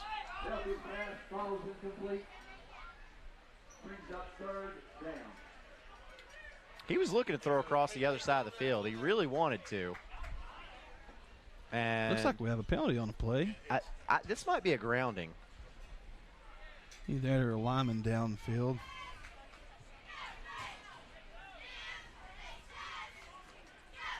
Another tough penalty for the Harriman Blue Devils. Already in a difficult position, 3rd and long. Yeah, intentional grounding, so that will result in a loss of downs. And he keeps looking. He wants to throw it across the field. Nobody's there, and there is nobody in that area where he threw that football. So, got a punt here. 4th and forever. So let's see how they punt.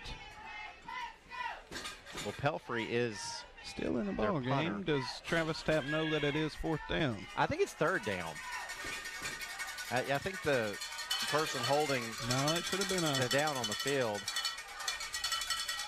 This is a draw It don't play. matter. Stokes. Look here. Stokes gets upfield to the 30, to the 40, and this time he won't go the distance and score, but he will have plenty enough for that Hammers 1st and 10.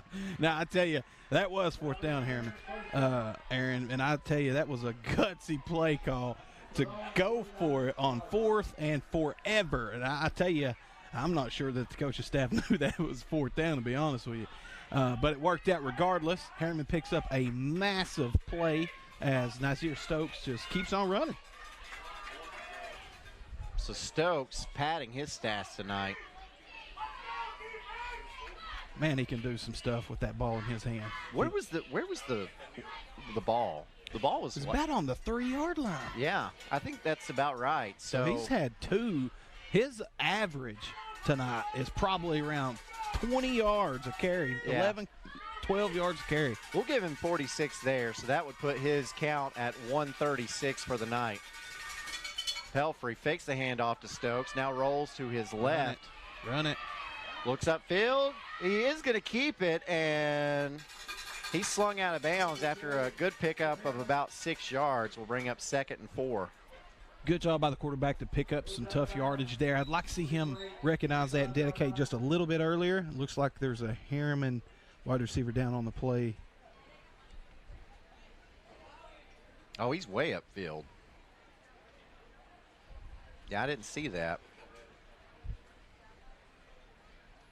But I believe that's Grayson Christ.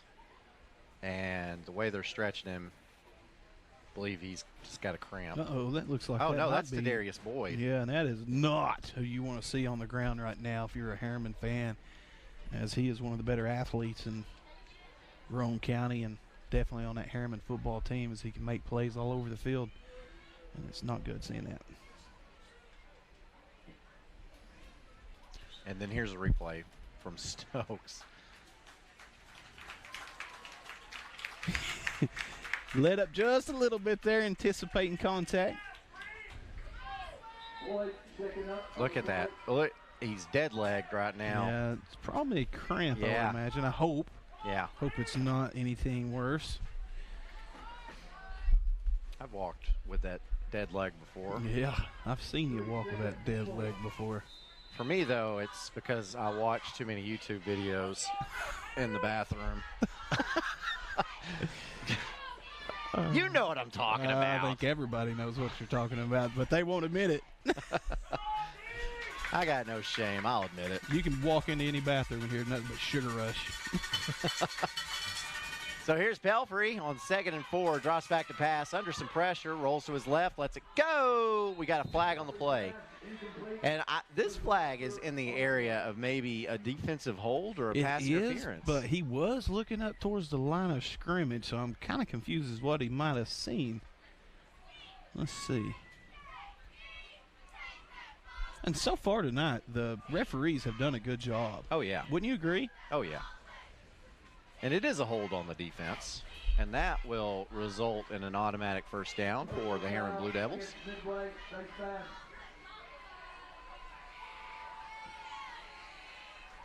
Let's see if we can.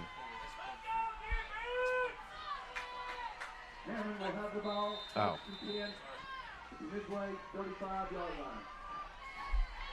So now the ball is spotted at the Midway 35. So Harriman will have a Hammers 1st and 10 here with 9:31 left to go in the half. So here's that play. Yeah, I couldn't see much there, but.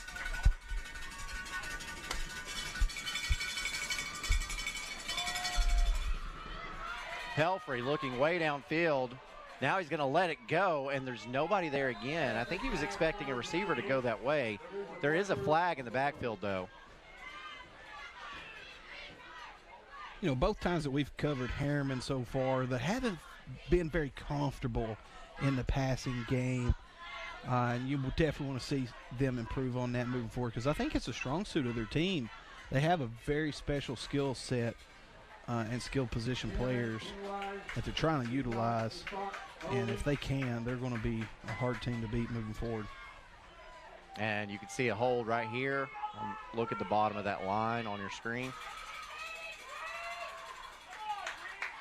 And so that will penalize 10 yards from the spot of the foul, and that's a big one because that goes all the way back down into Harriman territory. The ball is spotted at the 47 of Harriman. 2nd and I can't count that. 2nd and 29. Yeah.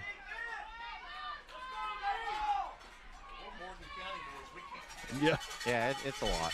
We'll just suffice it to say. He's got to go to the 35. Got to have time. Pelfrey under a lot of pressure, passes the football, and it goes incomplete. You know, trying to hit McCollum. And these are not designed rollouts. You know, these are pocket pass plays, and he's just having to escape the pocket to be able to survive the play and try to get the play down the field. It's been a regular thing that we've seen all night tonight is him running for his life. Yeah, that's true. So for the first down, they got to get to the 25. Ball spotted at the 47. So that's not hard math. That's 28 yards. And depending on where you get this play, you know, it could be 4-down territory here. because you might not get much of a punt. Yeah, maybe try to get half of it and then try to get another half. So here's Pelfrey, drops back to pass, sets up screen to Stokes. Stokes is met and dropped in the backfield. And how about Austin Cathers? Wow. Came up, recognized the play, was where he was supposed to be, did his job, stopped Harriman. See him running out the middle of that field like a bandit. Made a really good heads-up play. Held on just long enough for his teammate to get there. Good job by the Midway Green Wave defense. Good punt by the Harriman Blue Devils. That's a missile by Pelfrey. Picked up by Hagelin. And Hagelin's got some running room. Gets up to the 25, down to about the 27-yard line, and that is where Midway will take over with 8:05 left to go in the third quarter and a 14-point lead.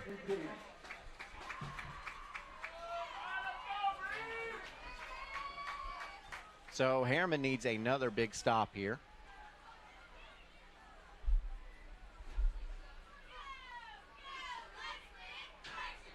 Midway getting a play from the sidelines. You see the players are muddy out there.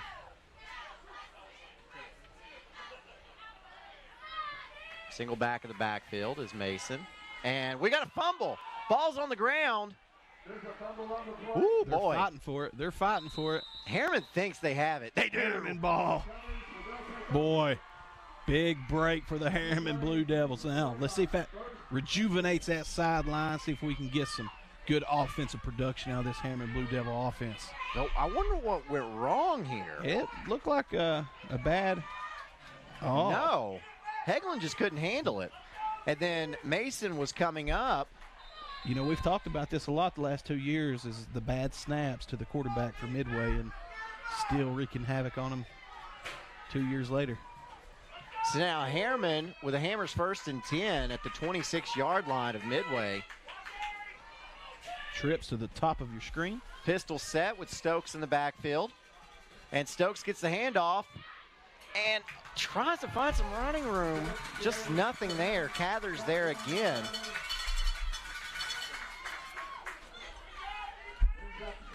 I think he had a hole maybe.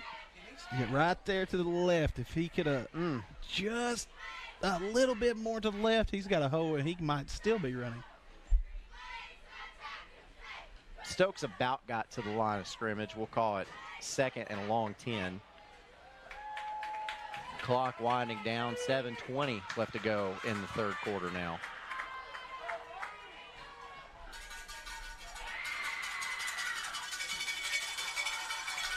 Pelfrey with Stokes by his side, takes a snap, rolls to his left, and throws it away again. And that's going to be another.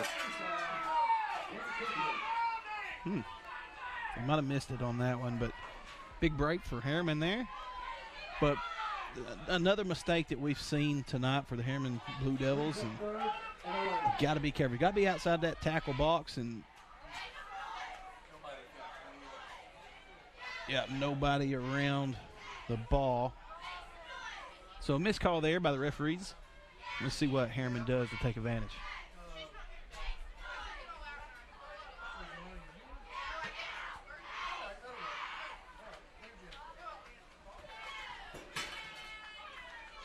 Clock stop with 7:06 left to go. 3rd and a long 10 for Harriman. Pelfrey. Again with Stokes in the backfield. 3 wideouts to his left. Sedarius Boyd to his right. Here's the snap. Pelfrey drops back. Lets this one go upfield. He's got a man there. And off the fingertips of the intended target. Trying to hit McCollum there. McCollum can't bring it down. He had him. That was a perfect ball by the quarterback.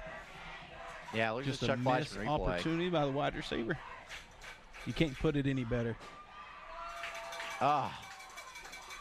Missed opportunity there for Harriman, but that is the hardest catch to make. Let's mention that with an inexperienced wide receiver at that. But still, that is a very good throw by the quarterback. Just a missed opportunity by Harriman. That's why they call him a 50-50 ball. All right, so we've got a timeout, Harriman. They want to talk about what they want to do, and so we will take a timeout as well. And this timeout is brought to you by Patterson's Appliances.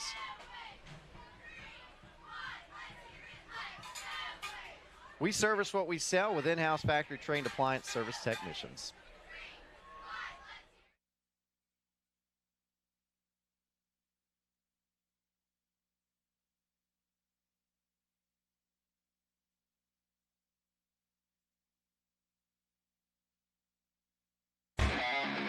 Football is back. And OEB Law is excited for a season full of big hits, perfect plays, and those nail-biting near misses. If you've been injured, OEB Law will come to your defense and tackle any obstacles blocking you from scoring a full and fair settlement. Call OEB Law 865-546-1111 and turn your wreck into a check. Big fourth down coming up on your OEB Law game of the week. Fourth and just over 10 yards. Pelfrey, empty set in the backfield, 5 wide receivers. A bad low snap, but Pelfrey gets it, lets it go, and it's almost picked off. Trying to high point it there to McCollum again. But Midway's number 3, Seth Gordon, got fingertips on it instead, and now Midway will take over with the Hammers 1st and 10. See here on the Chuck Fleischman, started with a bad snap, kind of rushed the ball rolling out, and threw the ball in a bad position and almost intercepted. Yeah, I mean, you've got the tall receiver out there, so you want to throw that high because he can get higher than anyone else on the field, so you want to use that as your advantage. But that ball was just a little bit low. Score update, the Clinton Dragons 33, Lenore City 14. So the Clinton Dragons are playing some good football right now in the fourth quarter. Yep. Here's Hegland. Handoff goes to Mason. Mason trying to get outside. Can't do it. So he'll be stopped for no gain. And earlier this afternoon, Tim Elrod of OEB Law got to present a check for $1,000 to Midway High School, and that $1,000 is really, that goes a long way at a school like Midway. It absolutely does. It helps in all aspects. It'll go to wherever the principal sees fit, and those programs are in need of everything, especially in single A football where you're begging for pennies. And Hagland lets it fly, gets it to Seth Gordon. And Gordon is slow to get up, but that play results in a Hammers 1st and 10. Now I think Gordon's cramping a little bit, but look at this ball. Gordon made a great play on that thing.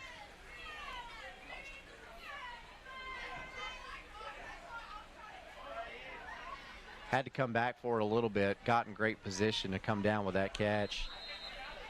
So now we've got a timeout, Midway, so Midway wants to talk about it. This timeout brought to you by Patterson's Appliances.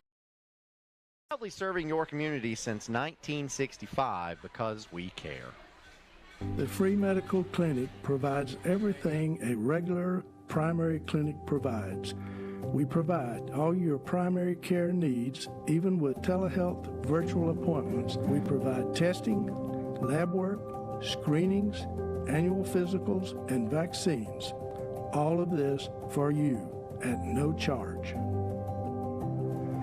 Call us or visit us. We look forward to meeting you.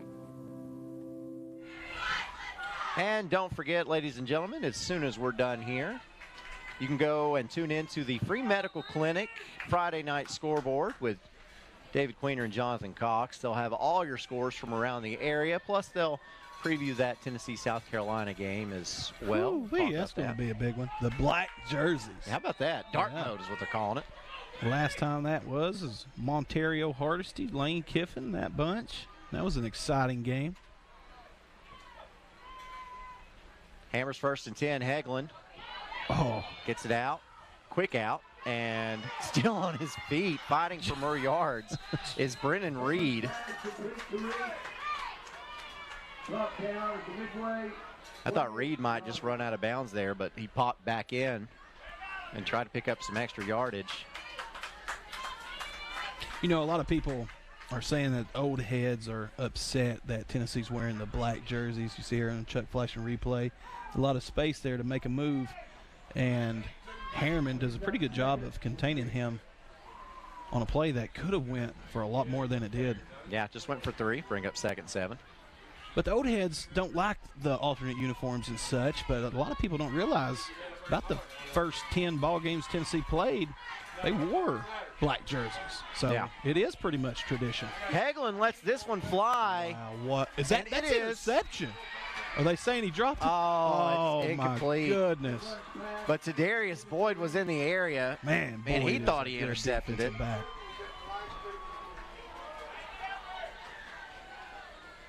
All right, let's look at this one here. Heglin lets it fly, sees one-on-one coverage. Just gets a hand in there. That's close. It was close. I do think it hit the ground, though. I don't think it did. Well, I think it did. Well, I don't think it did. It's hard to say. Yeah. All right, so here's Heglin with 3rd and 7. Steps up in the pocket under a lot of pressure. And he's sacked. Harriman flying around. They're fired up here. This game is not over, guys. 20-6 in a Roane County football game. Do not go anywhere. No. So Midway has it 4th and about 15. As you see on the Chuck Fleishman replay, Heglin got heggled.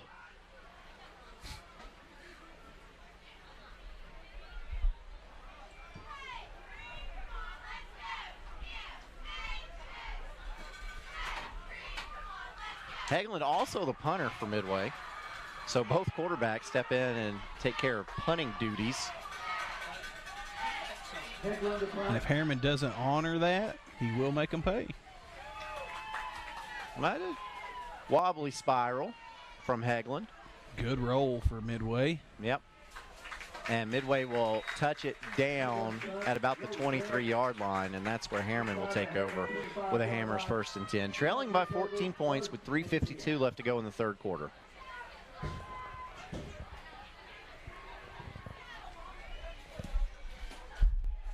Yeah, you said Heglin has to play baseball. You watch his release. Yeah. And it's like a shortstop. Yeah. You know, that just catches the ball. I mean, he really winds that throw up and throws it. A lot of quarterbacks play pitcher. Yeah, it correlates. A lot of quarterbacks. Yep. Your pitcher has to be your emotional, just zone everything out. And it translates over to football at the quarterback position. So you see that a lot. You see a lot of point guards that play quarterback in high school as well. Toss sweep to Stokes. Gets up. I'm not sure where they're going to mark him down. Knocked out of bounds after a short gain. They had everybody over there, though.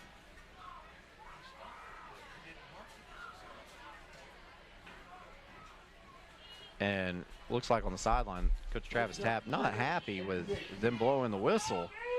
I don't know that it didn't look like he was out of bounds there, but I mean, I don't think Midway thought he was out of bounds either. I don't know. Did they stop his forward progress? And if they did, why'd they do it? Stokes might have been gone for another long touchdown run. And now we got flags on the play. Now that's what Harriman's been needing to do all night long, is change their snap count up a little bit, slow the rush, and they have not. They've been so predictable. You watched quarterback, he'll wipe his hands right before he calls a snap every single time, so you know when he's going to snap the ball, and they haven't changed the count up. And that allows the Midway defenders to pin their ears back and really guess that count. Down, set, Hutton, they're going. You know, if they can change that count up to go on 2, it'll really slow them down just enough for that quarterback to maybe have enough time to complete that pass that he maybe wouldn't. So that bring up 2nd and 1. And now we got a stoppage. Dead ball. Delay of game on Harriman. Ooh. Yep. And that's a tough call. Midway down here doesn't have the play clock, which is, I think, actually a rule now for TSSAA, if I'm not mistaken. I don't know. All the other schools in Roane County have them. Yeah, I think, and they have for a few years. I think you get penalized, actually, of some sort when you don't have it. But, you know, that's something that you got to get used to when you're used to seeing the clock. And now you just can't see the referee. You just got to have a good idea of what your play clock is in your head. So here's Pelfrey rolling. Has a man there. That's Boyd. Boyd, complete. Gets up to the 40. That's enough for a Hammers 1st and 10. Good route by the Harriman Blue Devil. Picked up some tough yardage there. You see at the bottom of your screen. Simple stop route. Came back, made a good catch. Turn his shoulders, get upfield. Yeah, and you know, Midway's been playing zone. And so you feel like if Harriman can get some of their athletes in some of the soft spots of that zone, they could be in business. And that's what happened there with Boyd. You know, to attack the zone defense, you got to have a little bit of time to be able to make those tough throws. And because you're throwing in between certain areas. And that's difficult. Looks like Harriman moved. And Harriman moved again. So for the 2nd time in 3 plays, Harriman will be backing up 5 yards. You know, early on we was mentioning that Harriman was winning the penalty battle. They only had 5 yards early on, and that has slowly changed. Still 3.5 minutes left to go in this 3rd quarter.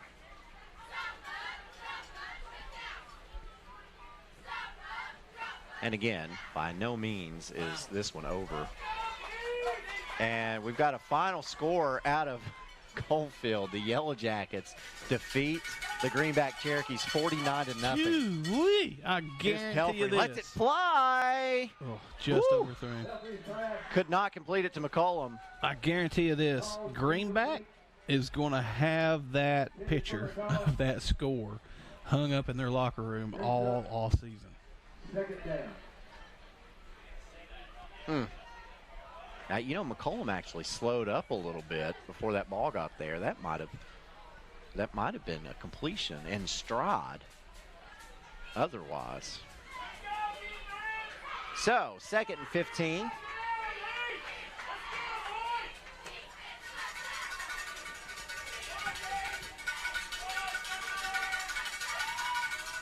Pelfrey fakes the handoff to Stokes, looks over the middle. That pass is incomplete. Tries to hit Frazier. Interesting play call there. I'd like to see the replay if we can. Okay, we don't have that one. Kind of rushed it. Looked like a little zone read type of play. Let's see. Yeah, Harriman is still getting whipped on the edge. So they was running that little zone read there, and the edge was just crashing down on him.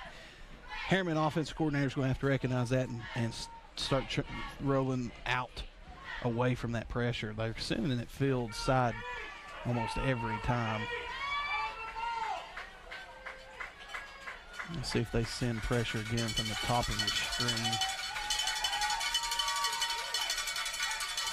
Midway lining up in a nickel as Pelfrey overthrows Frazier. There's a flag on the play, though, about where that ball landed.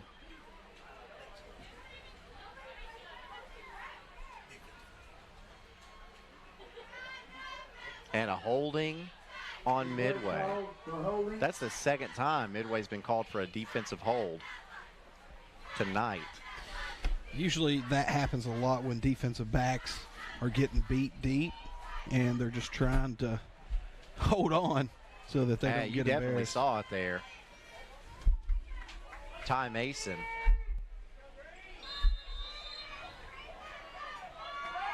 And so that's a 10-yard penalty. We'll bring up 3rd and 5.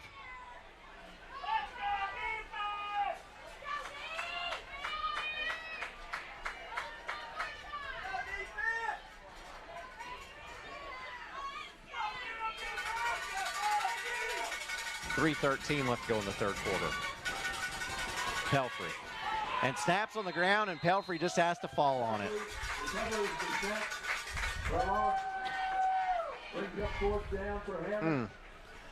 Loss of about 5 will bring up 4th and 10. And now Harriman will have to punt this football away. I wonder what happened. It's just one of those things that happen with a center every now and again. He lost grip on the ball, and it rolled to the quarterback. And big missed opportunity for the Harriman Blue Devils.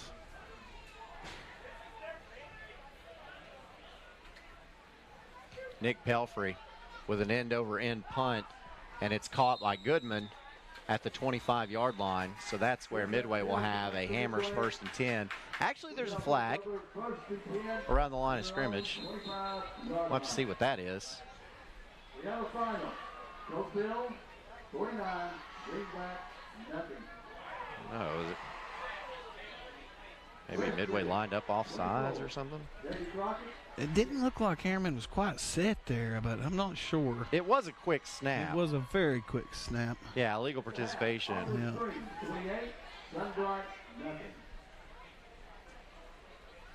And I don't know. If I'm Midway, I'll probably just decline that penalty and take the football.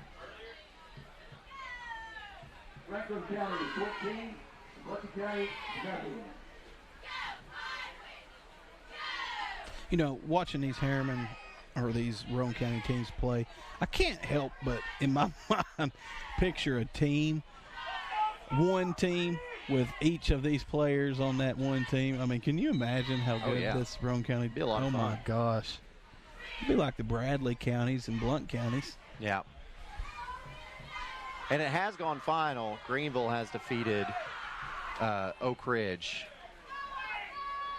So what was the final score? Do we have it? I'll let you know in just a second as Hagelin tries to get that pass out to Seth Gordon.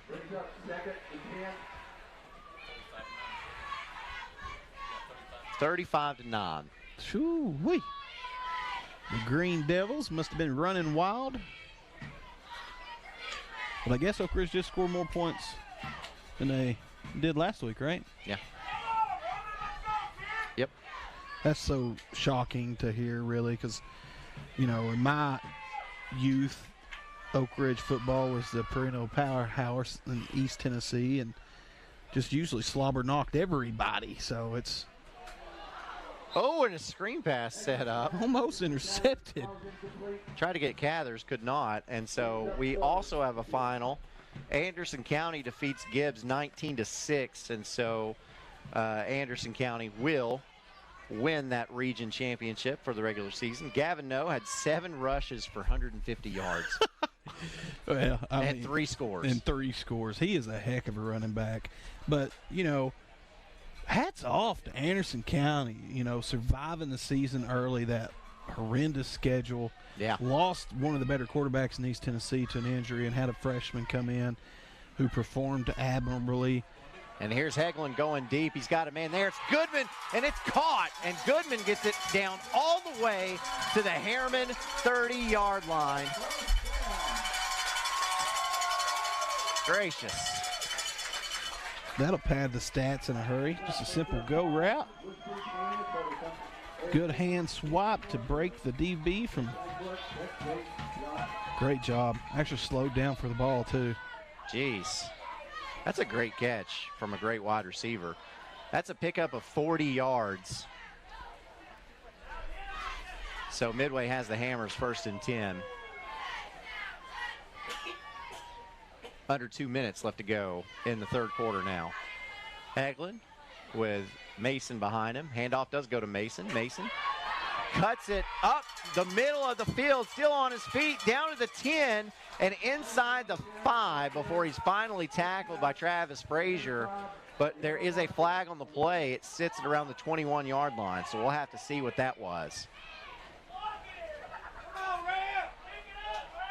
And it's going to be a hold on Midway, so this one's coming back.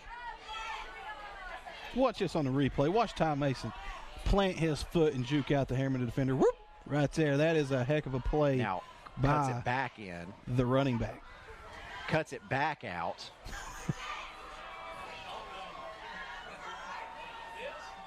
That's where the penalty was called, right there around the 21-yard line. So Goodman on Frazier. Yeah, it looks like it might have been on the left tackle. Oh, that's a definite hold.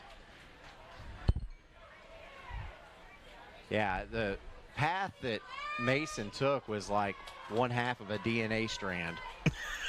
As here's Mason again. I think he might try to do the same thing.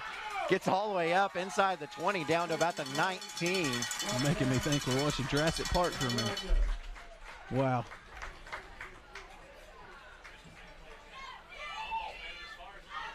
See on the replay, Mason just making stuff happen with his feet. And tough running back. Yeah, that's enough for a Hammers 1st and 10. Moves the chains down to the 19. 1:15 left to go in the third quarter.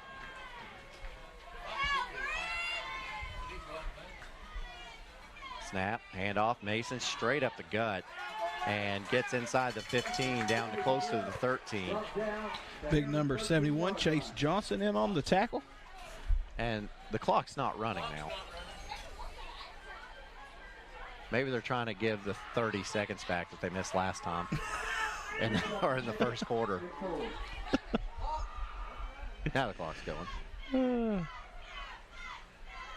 That's somebody's father on that clock.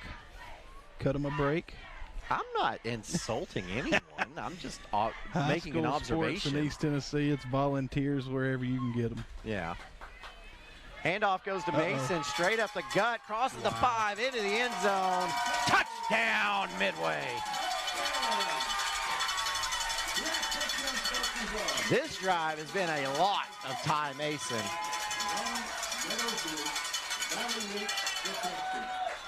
What a view there on the screen.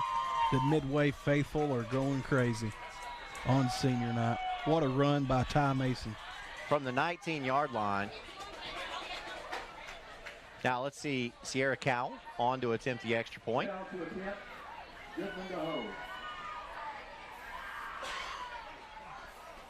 And that kick is up, and it's good. Your new score here at the Emerald Forest, it is Midway 27, Harriman 6 with 46 seconds left in the third quarter.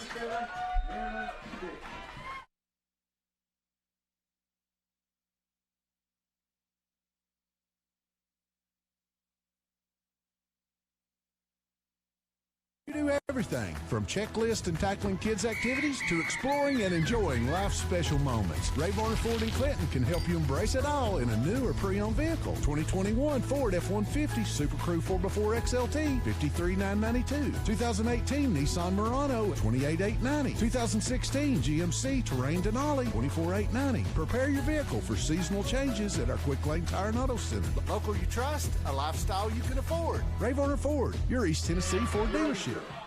And back at your OEB Law Game of the Week, Midway tacks on another score. Now lead this game 27-6 due to the Green Wave as we get set for the Davis Funeral Home kickoff. Here's Sierra Cowell. It is a high spinner, and it is bobbled by Harriman and then finally fallen on at about the 26-yard line. Davis Funeral Home with 2 locations to serve you, 715 Morgan Avenue in Harriman and 211 Old Mill Road in Wartburg.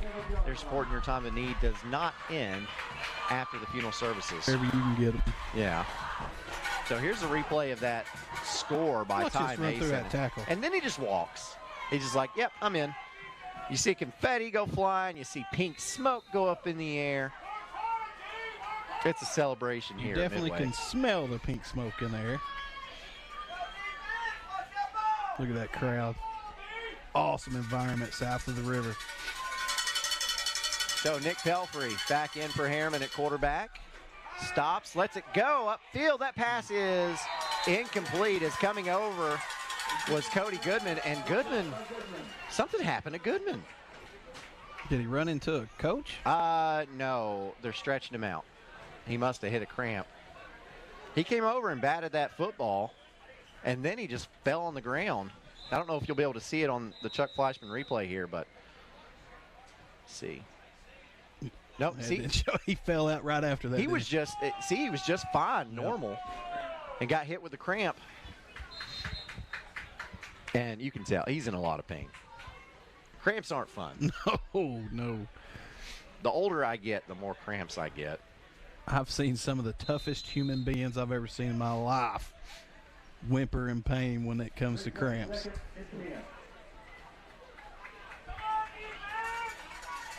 Yeah, they're painful. Cover 3 from Midway Green Wave. So here's Pelfrey. Lets this one go to McCollum, and McCollum can't hang on to it. Took his eyes off the ball, and that's just inexperience. I do think, though, that that's what Harriman needs to do. They need to hit these quick passes to open some things up, and that's what they're doing. They're getting the ball quickly out of Pelfrey's hands. You just got to execute when it's your time. And unfortunately for Harriman tonight, they haven't been able to do that in every scenario. But this is a very talented team, and I expect to see another touchdown or two out of Harriman. They're capable of it. Yeah, we still have 12 minutes and 35 seconds of gameplay. That's plenty of time. So now 5 wide for Pelfrey. Snap, look, that pass is caught by Boyd. Darius Boyd is so good. That is a quality football player. Oh, my gosh, yeah, and he would play on about any team in East Tennessee. Very talented player for that Harriman Devil football program. And now the clock is going to wind down, and that's how the third quarter is going to come to a close. Harriman is going to face a 4th down when we get back. Midway up after 3, 27-6 over Harriman in your OEB Law Game of the Week. The Harriman Utility Board works hard to ensure reliable electric power is delivered to our service area. Recurring tree trimming and maintenance is essential to preventing unplanned outages caused by falling trees. HUB crews are constantly at work during the peak growing season and respond rapidly to storm damage. As partners in our community, we urge customers to be aware of the importance of electric line right-of-way management. Find out more about current right-of-way policies at our website, hub-tn.com. Patterson's Appliances has been helping families like yours find quality home appliances from trusted brands including Whirlpool, Maytag, and KitchenAid for over 55 years. Our knowledgeable appliance specialists know how to outfit your kitchen or laundry room with the right appliances to meet your needs. We service what we sell with our own in-house factory-trained service technicians, and for the DIYers, our parts department is always ready to help customers find the appliance parts they need. Patterson's Home Appliances, because we care. Make this spring. And welcome back into your OEB Law Game of the Week. 4th quarter getting underway here in Midway. Talk a little quick stats for you real quick. We've got a total yards for Harriman so far, 183 yards, 2 interceptions. For Midway, 337 yards and 1 interception.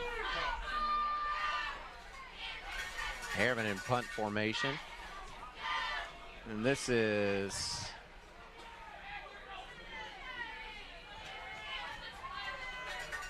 it was a side spinning punt that falls dead at the Midway 40-yard line, so that's where the Green Wave will take over.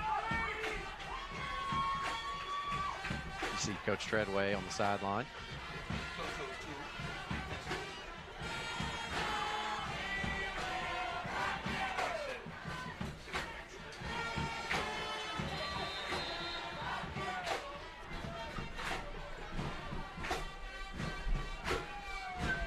Boy, this Midway sideline is bumping right now. Yeah. Yeah, these fans are excited, and they should be. This is a very good Midway team. Yeah. Came off a tough loss last week. Here's Eglin on this Hammers 1st and 10. Hands off to Ty Mason. And we got a late flag comes in. Really good tackle on the play by Harriman's number 51, Xavier Hickman. Again, he's been all over the field tonight for the Harriman Blue Devils.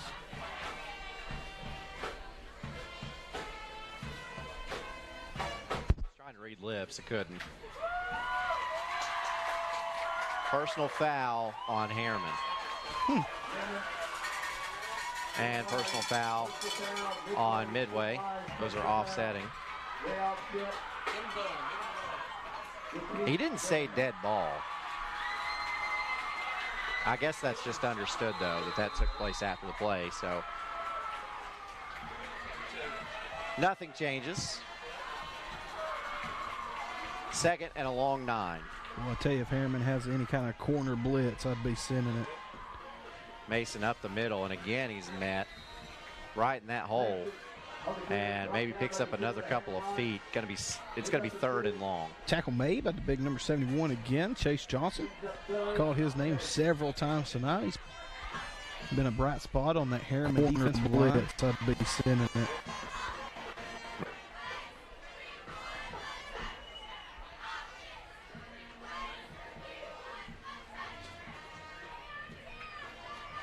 Midway just letting the clock be its friend here.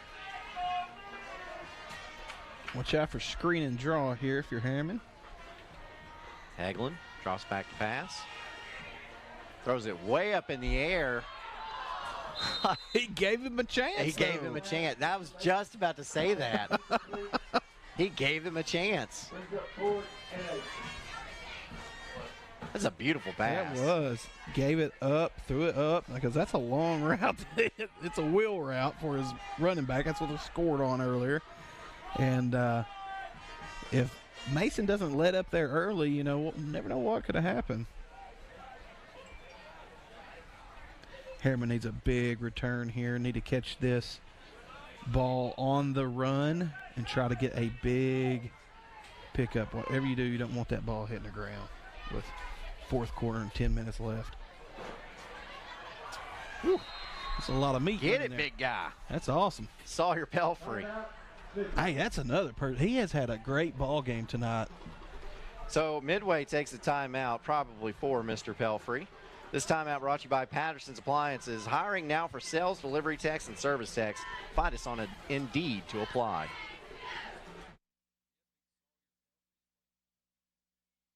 The experience. When you ride on your new Ferris commercial mower featuring patented suspension technology, you'll have more than freshly manicured grass. You'll experience productivity and comfort like never before.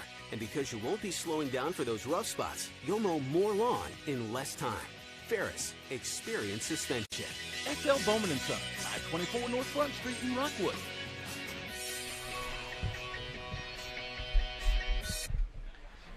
Back to your OEB Law Game of the Week. Aaron Harvey, Coach James Hoot Gibson along with you. We was just talking about big number 71, Sawyer Pelfrey, the senior defensive lineman for this Midway Green Wave team. He's had a heck of a year. He's played 2 years high school football for his Green Wave team and had a heck of a lot of production this year for him. Now Harriman set to receive this punt. And keep in mind again, the punter for Midway is Emmett Hegland. And it's a knuckleball. Gets a great Midway roll, though. Stops dead at the 25-yard line, and that's where Harriman will take over. 9:50 left to go in this ball game, and Harriman's got some work to do.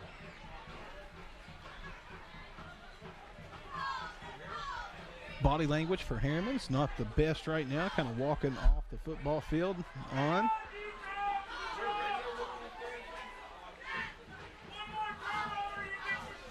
They just need to believe in themselves and complete a couple passes and try to get another touchdown. Well, correct me if I'm wrong, but was Midway not down 21 to start the fourth quarter last week against You were right Coalfield? and came back. Yeah. And almost pulled out a win in that ball with game. With about 2 minutes left, they were down 7. They had just scored. They kicked an onside kick and didn't get it, and Coalfield was able to run the clock out. But Midway did have an opportunity there. And so Harriman it's can not do over. the exact same thing. They have the talent. And here's Nick Pelfrey, and that pass is almost intercepted by Cathers.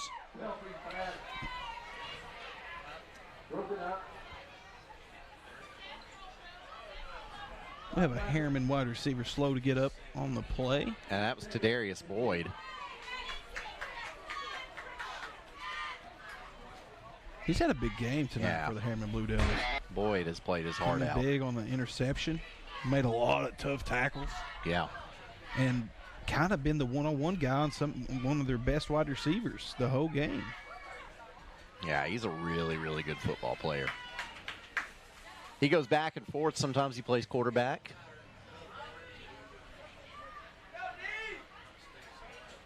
Started the first 3 games of this season at quarterback, in fact. Here's Pelfrey on 2nd and 10. Lets this one go. Caught by Frazier. Frazier's upended. Tackle. Ty Mason.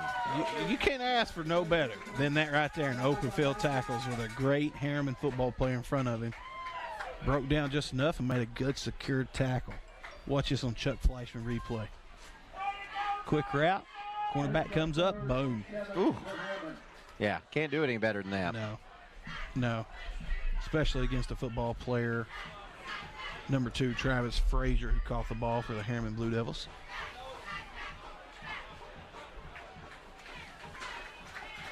So, 3rd and 8, Pelfrey lets it go over the middle. That pass is knocked down by Ty Mason. So that's 4th down. And now you're in an opportunity, you're in a place now where you probably have to think about going for this, even though you're deep in your own territory.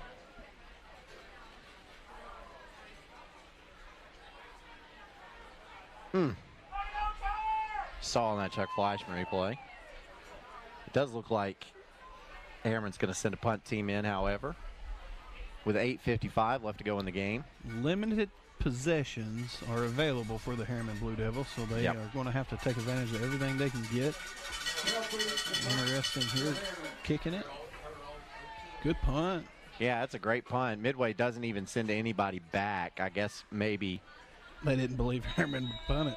Yeah, either that or you want to be certain that you don't muff it here. So, just to give you an update, the Fighting Dilfers end up knocking off Catholic 44-0. Golly. And I don't even think Catholic's had many close games this year, have they? They've lost 2 so far, but yeah. Well, you know, Catholic's always really good. Mm-hmm. Roane County is a testament to that Catholic football team. Roane County's lost a lot of talent to the Knoxville private schools, Grace Christian. The CAK not as many, but Webb and Knox Catholic has gotten rich off Roane County talent. The Mays brothers. 2 kids from Roane County that played for Catholic. Cade Mays has got the Kingston exit tattooed on his arm. So Midway going to take a timeout here. This timeout brought to you by Patterson's Appliances. Follow us on Facebook for appliance specials, job postings, and more.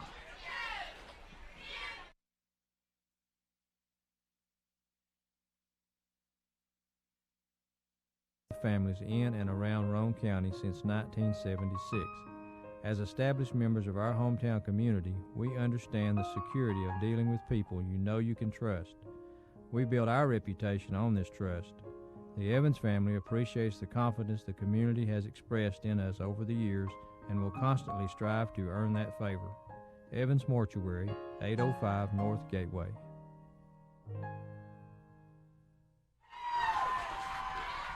So back at your OEB Law Game of the Week, a lot of confusion out of that Midway team just now. Had to take a timeout before they could take their hammers 1st and 10.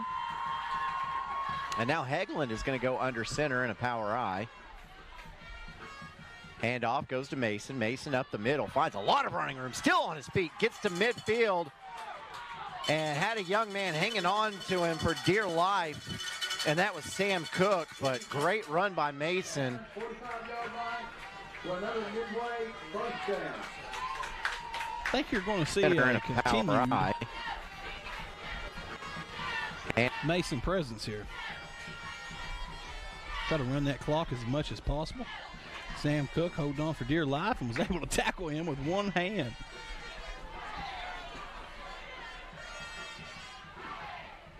Yeah.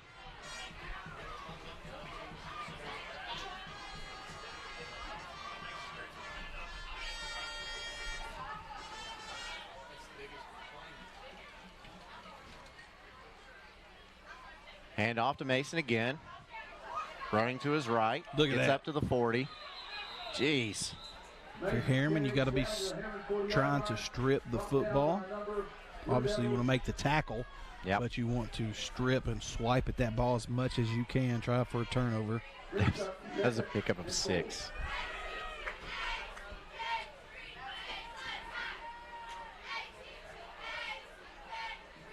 Yeah, you know, Hagelin gets a lot of press because he's a really good quarterback in single A, but Ty Mason is a very solid running back.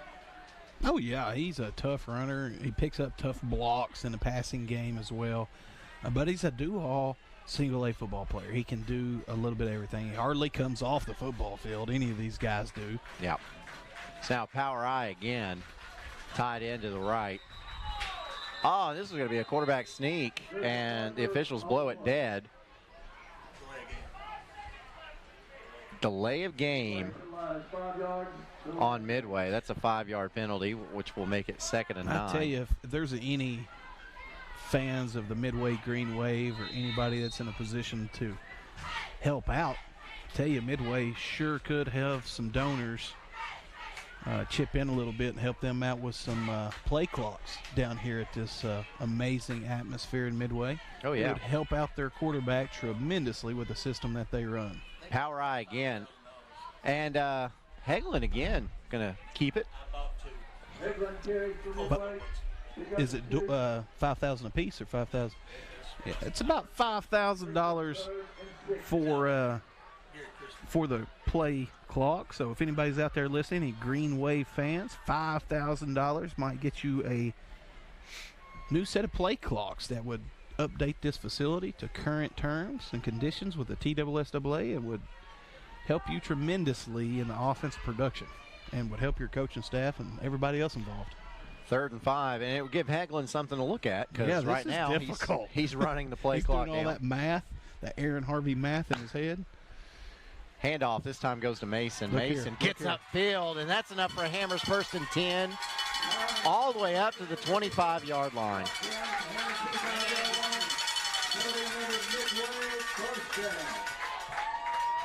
He ran out of his shoes. Well, you don't have to come off the field if your shoe comes off, only if your helmet comes off. So good hard running out of Mason here. Most importantly, he's held on to the football. Yeah, and you know, it's impressive too that he is able to put out that kind of effort because all these players do play on both sides of the football.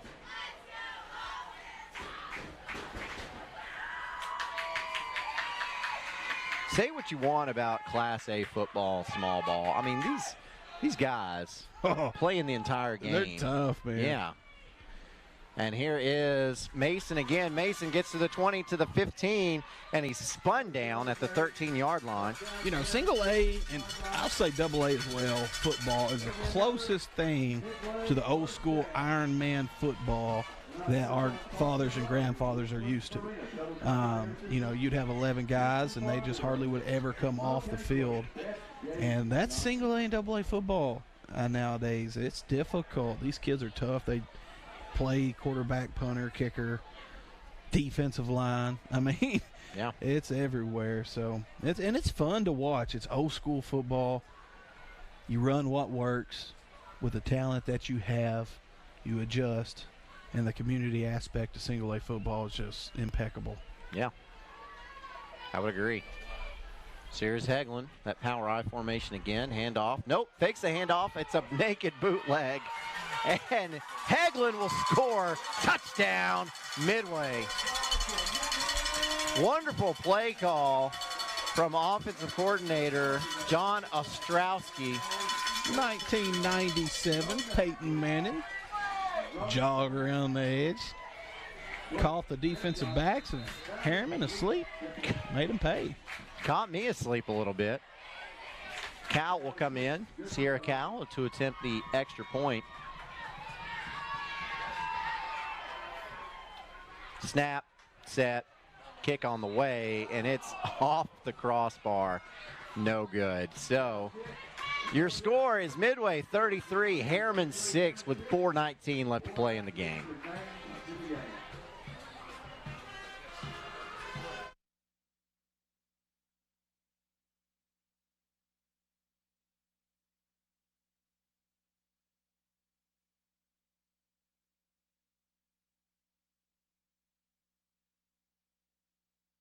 $19.52.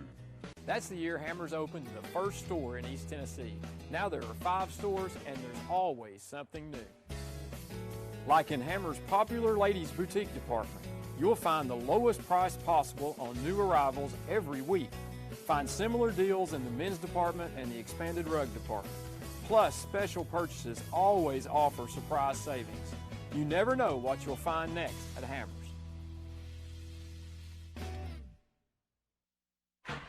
Back to your OEB Law game of the week. Midway punches one in and takes 4 minutes and 41 seconds off the clock to do it. And so now time is running down, and they ran the ball every single play 6 times for 72 yards. As we get set for the Davis Funeral Home kickoff, here is Sierra Cal's kick. It's a high, wobbly kick, and it is taken at the 25-yard line by Harriman's Grayson Kreis. Kreis has some running room up the field and finally taken down just across the 35-yard line. And this Davis Funeral Home, of course, sponsor of our kickoffs with 2 locations to serve you. 715 Morgan Avenue in Harriman and 211 Old Mill Road in Wartburg. Their support in your time of need does not end after the funeral service. You're not going to find a more professional bunch than the Davis Funeral Home. So if you're in that need, please give them a call. Davis family would be impressed at hearing 410 total yards offense for the Midway Green Wave, 177 rushing, and 233 passing. And here's Nasir Stokes, and Stokes can't find any running room. He was running out of bounds after a short loss. And Nasir Stokes is most of the Harriman rushing, the 149 yards, average of 8.3 yards per carry with 1 touchdown. That's amazing. 20 and 233 passing. Just a few completions, 41 total yards passing.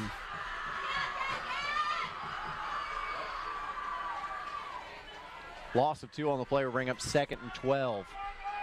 Clock still running, 3.5 minutes left to go in the game.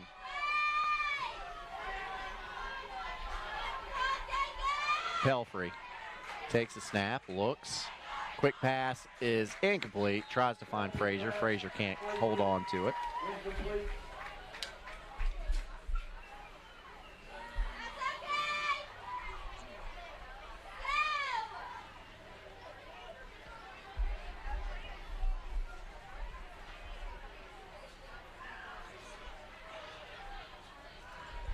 Harriman still has Greenback and Oakdale coming up on the schedule.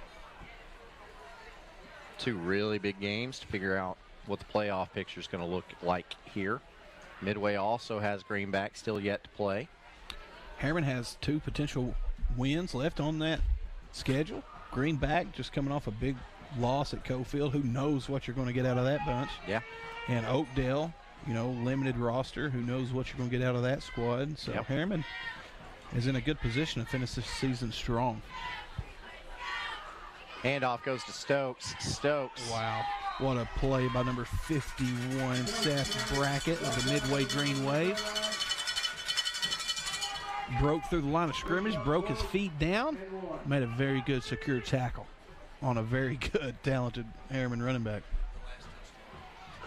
And here is that last touchdown play. So the fake, everybody bid on it too, including us. Yeah, I did. Hagelin got me. He got Harriman too. I don't feel bad. Pelfrey in punt formation. Got a high end over ender, and again, Midway's not going to send anybody back. And that ball will roll dead at the 35-yard line, and that's where Midway will take over. Green Wave getting closer and closer, putting this one in the win column. Just 2:24 left to go in the game. This is one of those two. You pick up a couple first downs, and then that's it. That's it. You run the clock out. You don't want anybody to come up and, pull something, get any kind of injuries this late in the ball game. So you want to be very conservative. I would just line up in what you did the last drive and just run the football.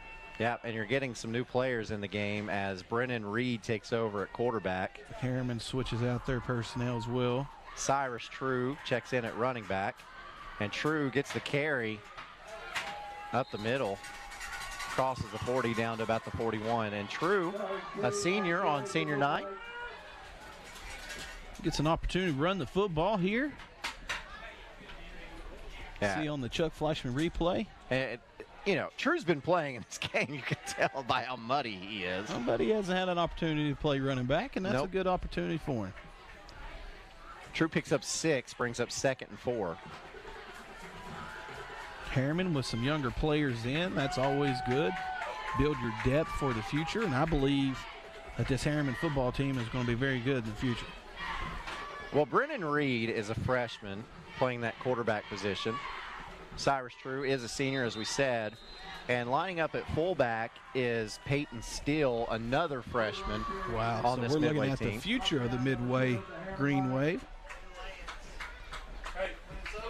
Yeah, because Hegland is a senior, so next season he's gone. And this is what you're going to see. You're going to see Reed lining up behind center. And it's that's a lot of talent to lose for the Midway Green Wave. Around 11 seniors, I believe, on a roster of about 24. So you do the math. There's not going to be a lot left next year. But if I know anything, Midway will know how to rebuild in a hurry. Yeah. They need to go search the hayfields and get some of these kids out playing football next year. And this is Riley Pryor gets the carry here, and he stops short. And Pryor's a sophomore. Hey, you talk about the seniors on this Midway team. It's not just that they're losing seniors. It is who they're losing. Emmett Hegland, Ty Mason, Caleb Goodman, Seth Gordon, Austin Cathers, all seniors on this team. All state players, Some of those guys have led the stats in receiving and various other categories in East Tennessee, so. And Seth Brackett, too. That's someone that we need to also mention. And so that's it. This ball game comes to a close. Midway defends the home turf on senior night. They defeat Harriman 33-6 to get an all-important region win, still vying for a home playoff game. And that'll depend on what Midway does the rest of the season. Big high school football game that we've seen here tonight between two bitter rivals. Kids that's played their entire lives against each other, and awesome experience, great football game. Can't wait to see this bunch play each other next year. So Harriman moves to 4-4 on the year. Want to do a quick shout out to the Kingston Yellow Jackets golf team who won the state championship, which is a heck of a testimony at one of the hardest sports to win a state championship is golf, so that's really impressive. You know what? I want to send some condolences to the Wartburg community. Longtime coach from Wartburg, Ronnie Trout, recently passed away. So prayers, thoughts going out to the entire Trout family. Ronnie was involved in that football program for years and years and years. He was, and he had a precious wife, Miss Della Trout, who was kept Ronnie going for many, many, many years, and she was a longtime correctional officer for the Morgan County Sheriff's Department. Outstanding leader, Miss Della Trout was, and so prayers are sent to her and her family. So, do we have some stats? Yeah. Run over some of these stats really quick. So for Hegland, passing-wise, he was 13 of 28, 50%, which isn't that good, but he did enough. 233 yards, 17.9 average per pass play. His long was 40 yards, if we remember that. 3 touchdowns, 1 interception. He only had 1 sack on the day, had a quarterback rating of 120. Rushing was led by Mason, obviously, at 16 for 128 with an average of 8 yards per carry. His long was at 28-yarder, had 1 touchdown.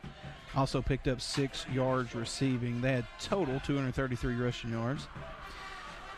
They were led on defense by, looked like Goodman was all over the field for them tonight.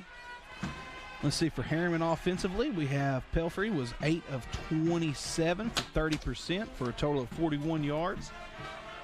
His long was 15 yards. He had 2 interceptions.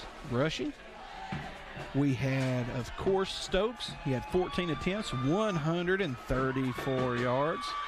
Listen to this, an average of 9.6 yards per carry. Along was 95. Just outstanding job rushing for the Harriman Blue Devils. Individual talent there was insane. Yeah, and I think one of your keys to the game, I believe, was Harriman needed to get their passing game going. And they weren't able to do that. Nick Pelfrey, starting quarterback for Harriman, 8 for 27 for just 41 yards and 2 interceptions. So not a good night through the air for Harriman. And that's really probably the difference in this game. It is. It's been a very slow year offensively for the Harriman Blue Devils, but I tell you, the talent is there. When they get things figured out, it's going to be a special program that they have there at Harriman. And I remember Harriman being the powerhouse in the area back when they were double and triple A and beating everybody. So they're not too far removed from that, and I can't wait to see how Harriman develops, especially moving forward towards the next year. So Midway puts up 419 yards tonight. So strong performance out of that Midway offense. Want to let you know about next week at Kingston is Signal Mountain, and that is where your game will be next week. Ooh, that's going to be a big one. Yeah. Kingston is loaded. Signal Mountain always is tough and always is loaded to the gills in talent. Yeah. So I think we're in for a big game next week in Kingston. And Kingston had the week off this week, so they'll be fresh going into that game. And also want to invite you to stay tuned to the Friday night scoreboard brought to you by the Free Medical Clinic with David Queener and Jonathan Cox. And, of course, that's a call-in show. So call in, tell us where you were tonight, and they'll have the rundown of all the scores for you. And they're going to talk about that Tennessee-South Carolina game that's going to take place tomorrow at noon. Big game. Tennessee coming out in the dark mode. Be a big Saturday noon kickoff. Yeah, they were like 10-point favorites. We'll see what happens. So anyway, we're going to go ahead and get out of here. That way we can get to that Free Medical Clinic Friday night scoreboard show. For Coach James Hoot Gibson, Brad Jones, everyone here at BBB TV Channel 12, I am Aaron Harvey. So long, folks. And OEB Law is excited for a season full of big hits, perfect plays, and those nail-biting near misses. If you've been injured, OEB Law will come to your defense and tackle any obstacles blocking you from scoring a full and fair settlement. Call OEB Law 865-546-1111 and turn your wreck into a check.